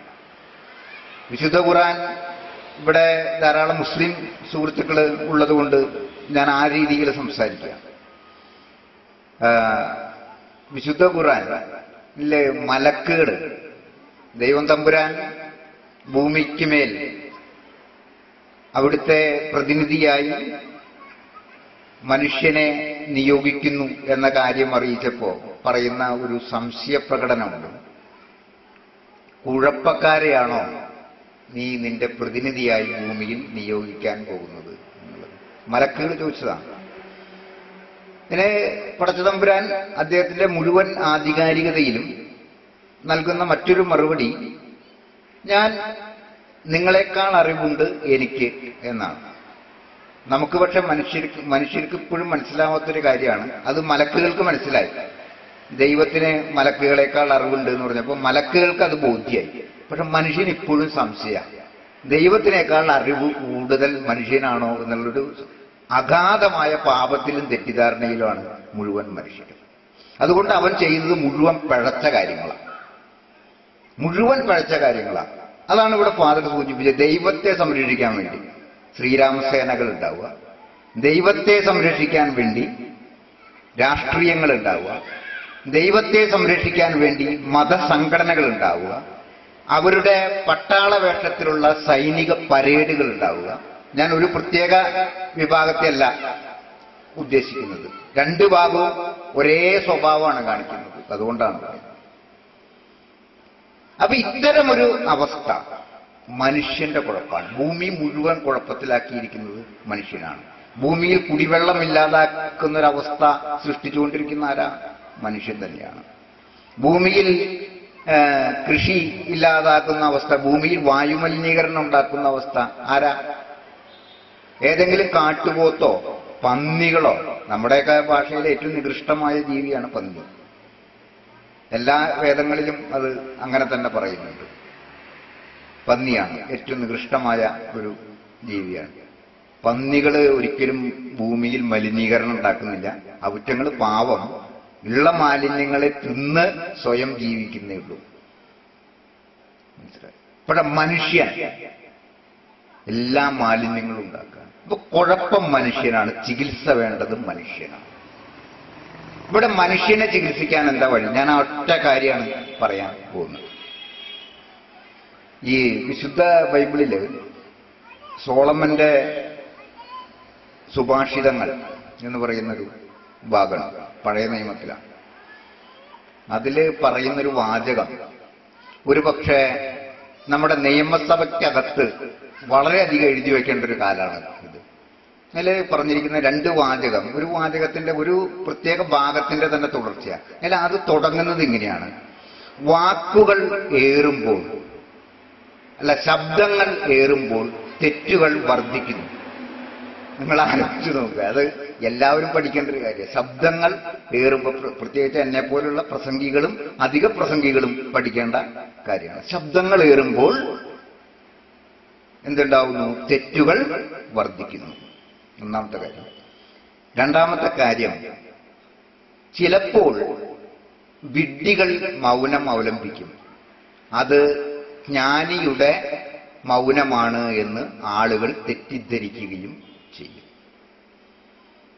ശരിക്കും പറഞ്ഞ അറിവുള്ളവർ മൗനം അവലംബിക്കേണ്ട സന്ദർഭങ്ങളുണ്ട്. അറിവുള്ളവർ അതിശക്തമായ ഭാഷയിൽ സംസാരിക്കേണ്ട സന്ദർഭങ്ങളും ഉണ്ട്. പാപ്പിനിശ്ശേരി പോലെയുള്ള ഒരു കൊച്ചു പ്രദേശത്ത് നടന്നു എന്ന് നടന്ന പല കാര്യങ്ങളും ഒരു മതത്തിനും ഒരു മനുഷ്യനും നീതീകരിക്കാനാവാത്ത കൊള്ളരുതായ്മകൾ. മനുഷ്യൻ വൃത്തികെട്ടാൽ എത്രത്തോളം അവൻ ഭൂമിക്ക് തന്നെ ഭാരവും നാശവുമായി തീരും എന്ന് തെളിയിക്കുന്ന ചില ഇരുകാലികൾ നമ്മുടെ നാട്ടിലൊക്കെ ഉണ്ടായിട്ടുണ്ട്. എല്ലാ മതത്തിലും അതുണ്ട്. അവർക്ക് പേര് ഇരുകാലികൾ എന്ന് മാത്രമാണ് ഉള്ളത്. അതിന് അവരെ മുസ്ലിം എന്ന് വിളിക്കരുത്, ഹിന്ദുക്കൾ എന്ന് വിളിക്കരുത്, ക്രൈസ്തവർ എന്ന് വിളിക്കരുത്, കമ്മ്യൂണിസ്റ്റുകൾ എന്ന് വിളിക്കരുത്. എല്ലാ വ്യക്തിയിലുണ്ട് ഇത്തരം ഇരുകാലികൾ. അവര് പാൻറ് ഇട്ടതുകൊണ്ട്, അലക്കി തേച്ച ഷർട്ട് ഇട്ടതുകൊണ്ട്, മുടി ചീകി മിനുക്കി നടന്നതുകൊണ്ട്, അത്തർ പൂശിയതുകൊണ്ട്, അല്ലെങ്കിൽ തുളസിയുടെ ഇല താടിയിൽ തടവിയതുകൊണ്ടൊന്നും നന്നാവില്ല. അവർക്ക് അവരുടെ ശരീരങ്ങളെ സുഗന്ധം പൂശാൻ പറ്റുള്ളൂ, മനസ്സിനെ സുഗന്ധം പൂശാൻ അവർക്ക് പറ്റില്ല. ഇതിനെ എങ്ങനെ പരിഹരിക്കാം? ഇതെവിടുന്നാണ് ഉണ്ടാവുന്നത്? അതാണ് ശരിക്കും അന്വേഷിക്കപ്പെടേണ്ടത്. എൻ്റെ അഭിപ്രായത്തിൽ മനുഷ്യ ശരീരത്തിൽ തന്നെ അതിൻ്റെ ഉത്തരവുണ്ട്. ഞാൻ ആ ഒറ്റ കാര്യം മാത്രമേ ഇവിടെ ഇപ്പോൾ സൂചിപ്പിക്കുന്നുള്ളൂ, മറ്റു കാര്യങ്ങളിലേക്ക് ഒന്നും പോകുന്നില്ല. മനുഷ്യ ശരീരത്തിൽ തന്നെ ഇതിൻ്റെ ഉത്തരവുണ്ട്. നിങ്ങളുടെ ശരീരത്തിൽ രണ്ട് തരത്തിലുള്ള പ്രവർത്തനങ്ങൾ നടക്കുന്നുണ്ട്. ഒന്ന്, നിങ്ങൾ അറിയാതെ താനെ സംഭവിക്കുന്ന പ്രവർത്തനങ്ങൾ, ഓട്ടോമേഷൻ. മറ്റൊന്ന്, നിങ്ങൾ പ്രവർത്തിപ്പിച്ചാൽ മാത്രം പ്രവർത്തിക്കുന്ന പ്രവർത്തനങ്ങളാണ്. ഞാനിവിടെ ഇരിക്കുമ്പോൾ ആളുകളെ ഒരിക്കലും തെറ്റിദ്ധരിക്കരുത്. ഇപ്പോൾ ഉദാഹരണത്തിന്, നിങ്ങൾക്ക് ഒരു സ്ത്രീക്ക് ഒരു പുരുഷനെ കണ്ടാലും ഒരു പുരുഷന് ഒരു സ്ത്രീയെ കണ്ടാലും ഈ കാമവികാരം, അങ്ങനെ ഒരു വികാരം ഉണ്ടെങ്കിൽ അത് ഉണരണമെങ്കിൽ പ്രത്യേകിച്ച് വല്ല കോച്ചിങ് ക്ലാസ് നടത്തേണ്ട ആവശ്യമില്ല. ഒരു ചെറുനാരങ്ങ അരിയുന്നത് കണ്ടാൽ വായിൽ വെള്ളം മൂറാൻ നിങ്ങൾക്ക് പ്രത്യേക എന്തെങ്കിലും കോച്ചിങ് ക്ലാസ്സിന് പോകേണ്ട ആവശ്യമുണ്ടോ? ഇല്ല. ഇതുപോലെ വികാര തലങ്ങൾ, വൈകാരിക തലങ്ങൾ, കോപിക്കുക, നിങ്ങൾക്ക് കോപിക്കാൻ ഒരു കോച്ചിങ് ക്ലാസ്സിന് പോകേണ്ട ആവശ്യമില്ല. ദേഷ്യം വരാൻ, ഒരു മുമ്പിലിരിക്കുന്ന ഗ്ലാസ് എടുത്ത് വലിച്ച് എറിയാൻ, അത് എറിഞ്ഞ് പൊട്ടിക്കാൻ, ഈ ഗ്ലാസ് എടുത്ത് വലിച്ചെറിയുന്ന വൈകാരികത വീട്ടിൽ അത് കുട്ടികൾ ചെയ്യുകയാണെങ്കിലും വലിയവർ ചെയ്യുകയാണെങ്കിലും മനസ്സിലാക്കുക, അത് തന്നെ ആവശ്യമുള്ളൂ. തനിക്ക് ദേഷ്യം തോന്നുന്ന ആളുകൾക്കെതിരെ ഒരു ബോംബ് എടുത്തെറിയാൻ. മനസ്സിലാക്കുക, ഗ്ലാസ്സാണ് എടുത്തെറിഞ്ഞത്, ബോംബ് അങ്ങനെ പറയരുത്. അടയ്ക്ക കെട്ടാലും 2G സ്പെക്ട്രത്തിന്റെ പേരിൽ കോടികൾ കെട്ടാലും കളവാണ്. ഈ ഇപ്പൊ അടക്ക കക്കുന്ന ആൾക്ക് ഭാവിയിൽ കോടികൾ കക്കാനും പറ്റും. അയാൾ മന്ത്രിയാവാൻ യോഗ്യനാണ് എന്ന് ഇന്നത്തെ വ്യവസ്ഥ പ്രകാരം തെളിയിക്കുന്നു എന്ന് പറയാം, അടക്ക കെട്ടുകൊണ്ട്. അത് നിങ്ങൾക്ക് കോപിക്കാൻ എവിടെയും പോയി പഠിക്കണ്ട, കാമിക്കാൻ എവിടെയും പോയി പഠിക്കണ്ട. പക്ഷേ കാമമടക്കാൻ, കോപമടക്കാൻ പഠിക്കേണ്ടി വരും. കോപം അടക്കുന്നത് എങ്ങനെയാണ്? അതിന്റെ റിമോട്ട് കൺട്രോൾ എവിടെയാണ്? അതെങ്ങനെയാണ് പ്രവർത്തിക്കുക? അതാണ് ആലോചന എന്ന് പറയുന്നത്, ബുദ്ധി എന്ന് പറയുന്നത്. നിങ്ങളുടെ ബുദ്ധി മാത്രമാണ് ഇപ്പോൾ പ്രവർത്തിക്കാതിരിക്കുന്നത്. ബാക്കി എല്ലാ അവയവങ്ങളും പ്രവർത്തിക്കുന്നുണ്ട്, ആവശ്യത്തിനും അനാവശ്യത്തിനും, നാക്കുൾപ്പെടെ. ബുദ്ധി പ്രവർത്തിക്കുന്നില്ല. അതുകൊണ്ട് ഭഗവത്ഗീത പറയുന്നു, ബുദ്ധിനാശാത് പ്രണശ്യതി, ബുദ്ധി നശിച്ചാൽ സർവം നശിച്ചു. ഇപ്പൊ അതാ സംഭവിച്ചുകൊണ്ടിരിക്കുന്നത്. നമ്മുടെ ആളുകളെ ബ്രഹ്മാനന്ദ സ്വാമി ശിവയോഗികൾ പറയാറുണ്ട്, ആലോചന ബന്ധു പാർത്താൽ ആലോചിക്കാത്തവൻ പെട്ടുപോകും എന്ന്. ഇപ്പൊ ആ പെടലാണ് സംഭവിച്ചിരിക്കുന്നത്. നിങ്ങൾ ഖുർആൻ വായിക്കുന്നു, ബൈബിള് വായിക്കുന്നു, അതുപോലെ തന്നെ ഭഗവത്ഗീത വായിക്കുന്നു, യോഗവാസിഷ്ടം വായിക്കുന്നു, അല്ലെങ്കിൽ രാമായണം വായിക്കുന്നു. പക്ഷെ നിങ്ങൾ അതിനെപ്പറ്റി ഒന്നും ചിന്തിക്കുന്നില്ല, അതിനെപ്പറ്റി ഒന്നും മനസ്സിലാക്കാൻ ശ്രമിക്കുന്നില്ല. എനിക്ക് മനസ്സിലാവുന്നില്ല ഇവിടെ എന്ത് മതവിദ്യാഭ്യാസമാണ് നടക്കുന്നത്. ഏത് മതത്തിന്റെ കാര്യത്തിലാണ് പറയാം, എന്ത് മതവിദ്യാഭ്യാസമാണ് നടക്കുന്നത്? ഒരു മതവിദ്യാഭ്യാസവും നടക്കുന്നില്ല. കാരണം മതവിദ്യാഭ്യാസമുള്ള ഒരു ജനത ആലോചിക്കുന്ന ജനതയായിരിക്കും. ആലോചിക്കുന്ന ജനത എപ്പോഴും വികാരങ്ങൾക്ക് കീഴ്പ്പെടുന്ന ജനതയായിരിക്കില്ല, വികാരങ്ങളെ ജയിക്കുന്ന ജനതയായിരിക്കും. ജിതേന്ദ്രിയമായ ഒരു ജനത. ജിതേന്ദ്രിയം എന്ന് പറഞ്ഞാൽ ഇന്ദ്രിയങ്ങൾ ഇല്ലാതാവുന്ന അവസ്ഥയാണ് എന്ന് കരുതരുത്. ദയവ് ചെയ്ത് ഇവിടെ ഇരിക്കുന്ന ആരോടും ഞാൻ ജിതേന്ദ്രിയനാണെന്ന് ഞാൻ പറയും. എന്റെ അർത്ഥം എനിക്ക് കോപമില്ല എന്നോ കാമമില്ല എന്നോ ഒന്നുമല്ല. ഇതൊക്കെയുണ്ട്. പക്ഷേ ഇതിനെയൊക്കെ നിയന്ത്രിക്കാനുള്ള വിദ്യ കൂടി ഞാൻ എൻ്റെ ആലോചന കൊണ്ട് പഠിച്ചു വെച്ചിട്ടുണ്ട്. അത്രയേ ഉള്ളൂ. ഒരു ബ്രേക്ക് ഉണ്ട്, ബ്രേക്കുള്ള വണ്ടിയാണ് എന്നുള്ളതാണ് അർത്ഥം. മനുഷ്യരൊക്കെ അങ്ങനെ ആവണം എന്നുള്ളതാണ് എൻ്റെ അർത്ഥം. ഇനി ചിന്തിക്കണം, നമ്മൾ ഈ ബുദ്ധി പ്രവർത്തിപ്പിക്കണം. ബുദ്ധി പ്രവർത്തിച്ചാൽ മാത്രമേ സമാധാനം ഉണ്ടാവൂ. ഇപ്പൊ പ്രവർത്തിക്കുന്നത് മുഴുവൻ വികാരമാണ്. വികാരങ്ങൾ വ്രണപ്പെടുന്നു എന്നാണ് എപ്പോഴും മതങ്ങൾ പറഞ്ഞുകൊണ്ടിരിക്കുന്നത്, അഥവാ പഠിപ്പിച്ചുകൊണ്ടിരിക്കുന്നത്. മതങ്ങളുടെ വികാരം വ്രണപ്പെടാൻ നിസ്സാര കാര്യമാണ്, നിസ്സാര കാര്യം മതി. മതങ്ങളുടെ വികാരമല്ല ഇവിടെ വ്രണപ്പെടുകയോ വളർത്തപ്പെടുകയോ ചെയ്യേണ്ടത്, മതപ്രബോധനമാണ്, വിചാരമാണ്, പ്രബോധനമാണ് വളർത്തപ്പെടേണ്ടത്. അത് ഇതിന് സഹായകമായ രീതിയിൽ നമ്മുടെ മതസമീപനങ്ങളെ പുനഃസംവിധാനം ചെയ്യണം, മത പഠനങ്ങളെ പുനഃസംവിധാനം ചെയ്യേണ്ടതുണ്ട്. അതില്ലെങ്കിൽ ഞാനൊരു ചെറിയ അനുഭവം കൂടിയും പറഞ്ഞിട്ട് ആരും തെറ്റിദ്ധരിക്കരുത്, പ്രത്യേകിച്ച് ഇവിടെ ഇരിക്കുന്ന എൻ്റെ ഹിന്ദു സഹോദരന്മാർ എന്ന് പറയാണ്. ഒരു കാര്യം പറയാൻ ഞാൻ ആഗ്രഹിക്കാം. ഒരു ദിക്കിൽ ഞാൻ പോയി, എവിടെയാണെന്നൊന്നും പറയുന്നില്ല, പോയി പ്രസംഗിക്കാൻ ചെന്ന് കഴിഞ്ഞപ്പോൾ ഒരാളെന്നെ പരിചയപ്പെട്ട് കഴിഞ്ഞപ്പോൾ അയാൾ പറഞ്ഞ എൻ്റെ പേര് റഹിമാൻ എന്നാണ്. റഹ്മാൻ എന്നോ റഹിമാൻ എന്നോ പറയും.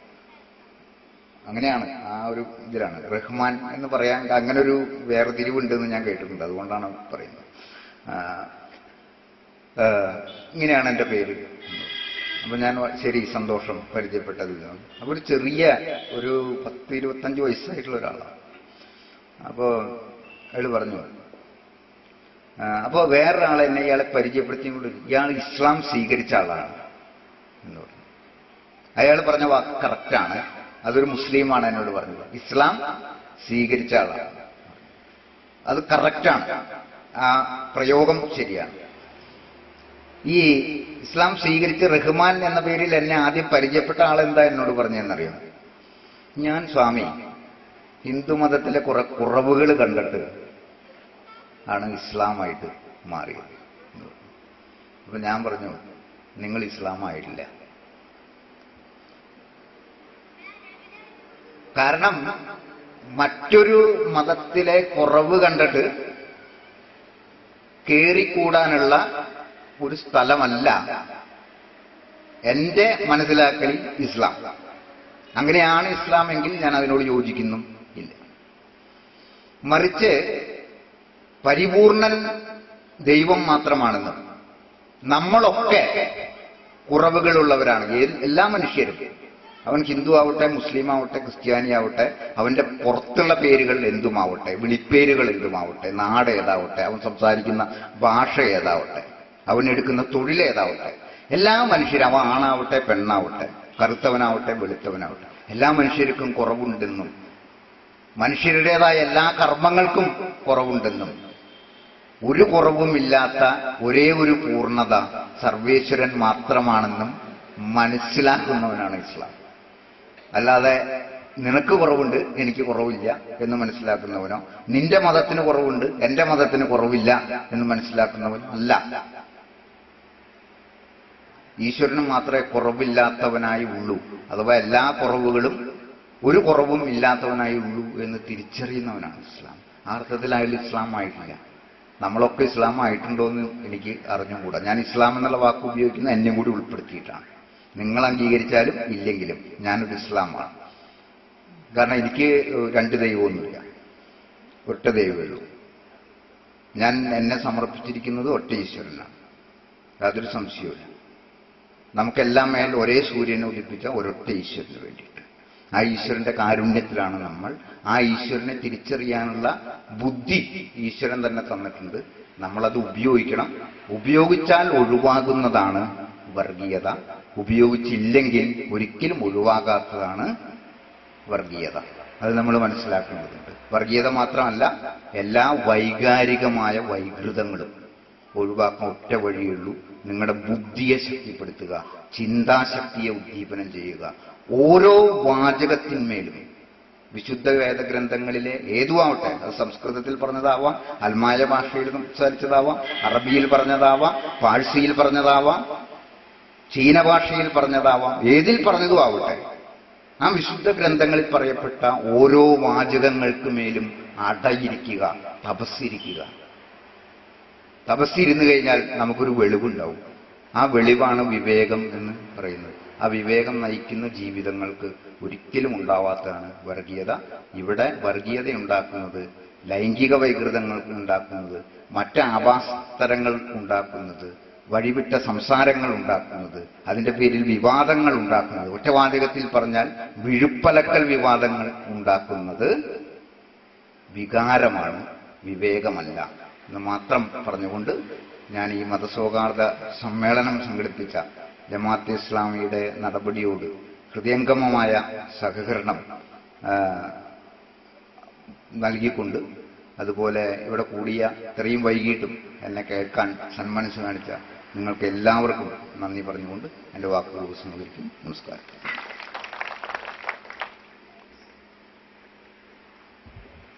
അടുത്തതായി ബഹുമാന്യനായ മഹല്ല് ജനറൽ സെക്രട്ടറി കെ നാസർ സാഹിബിനെ ആദരപൂർവ്വം ക്ഷണിക്കുകയാണ്.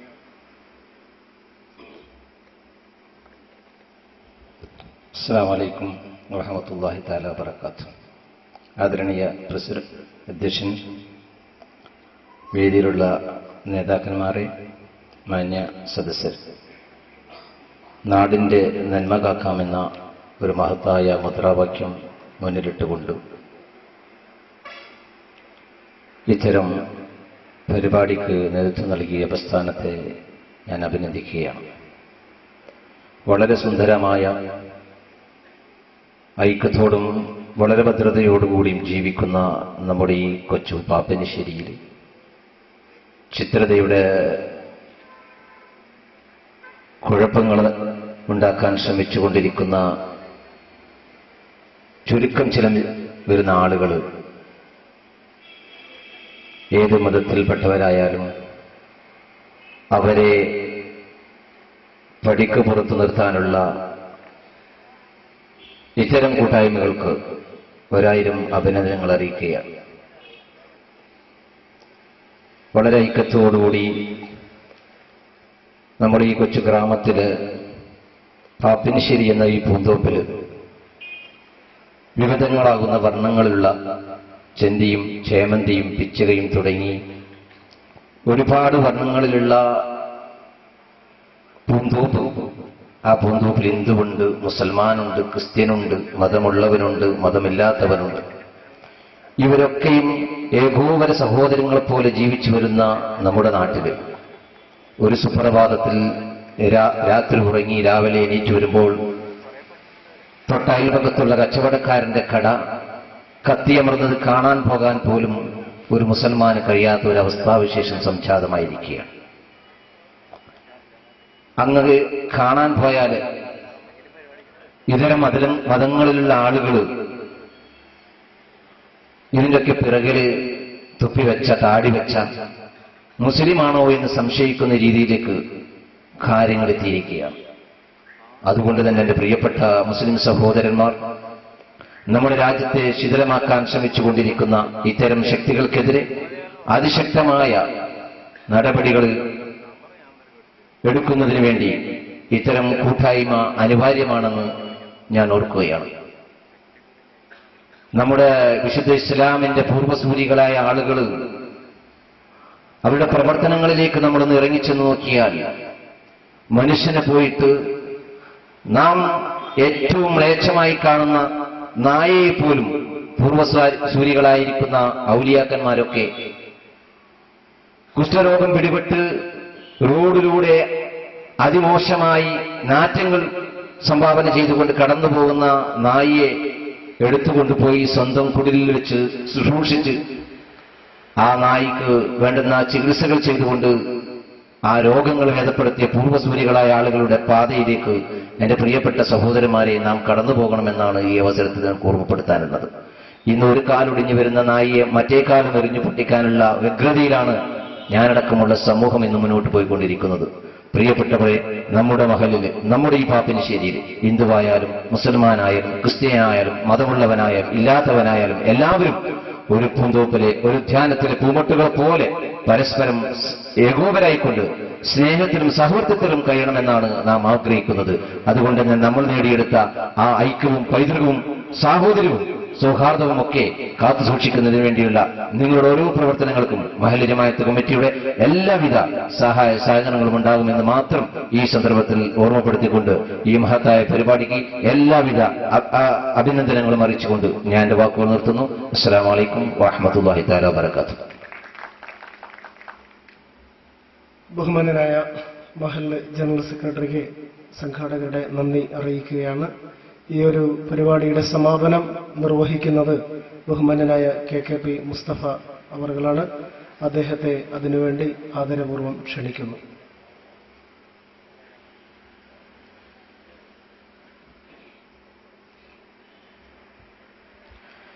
ബിസ്മില്ലാഹിർ റഹ്മാനിർ റഹീം. അൽഹംദുലില്ലാഹി റബ്ബിൽ ആലമീൻ. അസ്സലാമു അലൈക്കും വറഹ്മത്തുള്ളാഹി വബറകാതുഹു. ഈ വൈകിയ വേളയിൽ ഇനിയും കൂടുതൽ സംസാരിച്ച് സമയം കളയണമെന്നില്ല.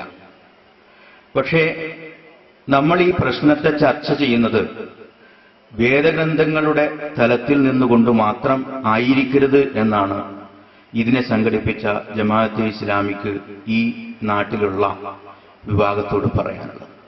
ഇവിടെ ചില പ്രശ്നങ്ങൾ നടന്നിട്ടുണ്ട്. മനുഷ്യരെ പരസ്പരം അകറ്റുന്ന പ്രശ്നങ്ങളും പ്രയാസങ്ങളും ഉണ്ടായിട്ടുണ്ട്.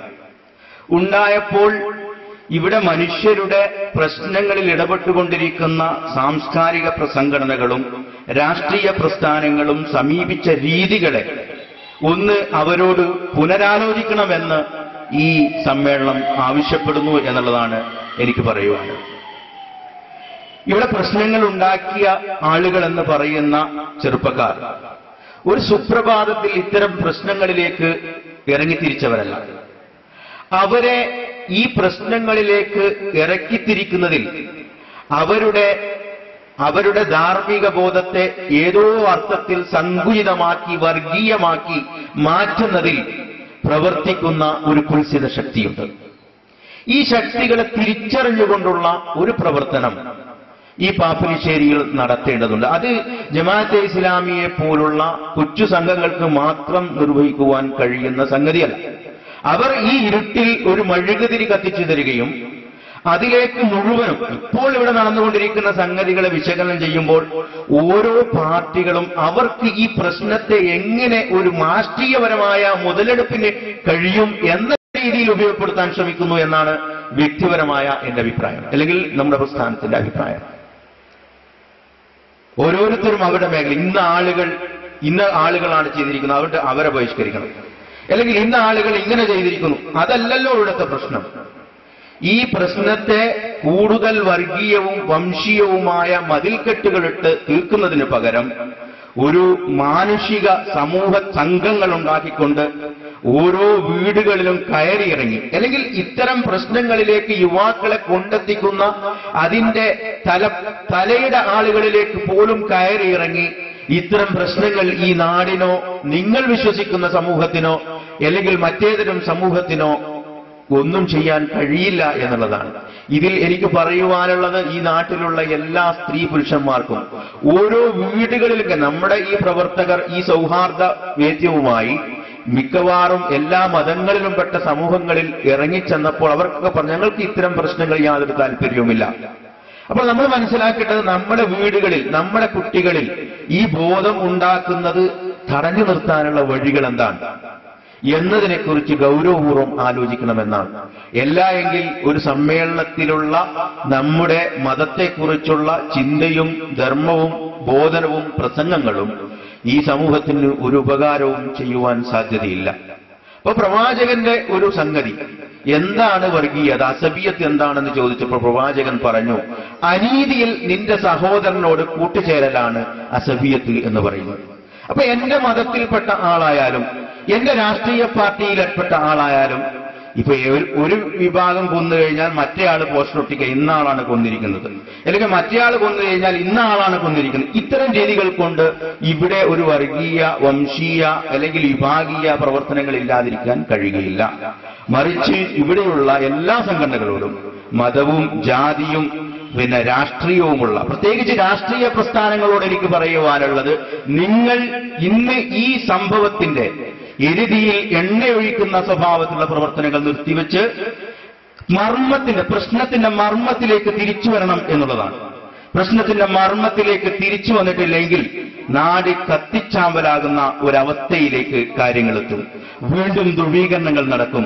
ധ്രുവീകരണങ്ങൾ ഉപയോഗപ്പെടുത്തുന്നത് ഇതിനെ രാഷ്ട്രീയപരമായി അല്ലെങ്കിൽ തങ്ങളുടെ അധികാര ശക്തികൾക്ക് വേണ്ടി ഉപയോഗപ്പെടുത്തുന്ന മനുഷ്യവിരുദ്ധ ശക്തികളാണ് എന്ന് ഇവിടെയുള്ള എല്ലാ രാഷ്ട്രീയ പ്രസ്ഥാനങ്ങളും ശ്രദ്ധിക്കണമെന്ന് ആഹ്വാനം ചെയ്തുകൊണ്ട് ദൈവത്തിന്റെ പരമോന്നതനായ ദൈവത്തിന്റെ ഒരു വിശ്വാസം സമീപിക്കുന്ന സമൂഹം എന്ന നിലയിൽ മനുഷ്യരെ ഒന്നിപ്പിക്കുവാനുള്ള ഒരു പൊതുവേദി ഉണ്ടായിക്കൊണ്ട് ഇവിടെയുള്ള ഓരോ വീടുകളിലും ഈ സന്ദേശം എത്തിക്കുവാൻ എല്ലാ രാഷ്ട്രീയ സാമൂഹിക സാംസ്കാരിക സംഘടനകളും രംഗത്ത് വരണമെന്ന് അഭ്യർത്ഥിച്ചുകൊണ്ട് പാപ്പിനിശ്ശേരി ജമാഅത്തെ ഇസ്ലാമിയുടെ പേരിൽ ഇവിടെ എത്തിച്ചേർന്ന മത സാമൂഹിക നേതാക്കന്മാർക്കും എല്ലാ സഹോദരീ സഹോദരന്മാർക്കും നന്ദി പ്രകാശിച്ചുകൊണ്ട് ഞാൻ എന്റെ വാക്കുകൾ ഉപസംഹരിക്കുകയാണ്. വാഹൃദഅ്വാന അൽഹംദുലില്ലാഹി റബ്ബിൽ ആലമീൻ. അസ്സലാമു അലൈക്കും.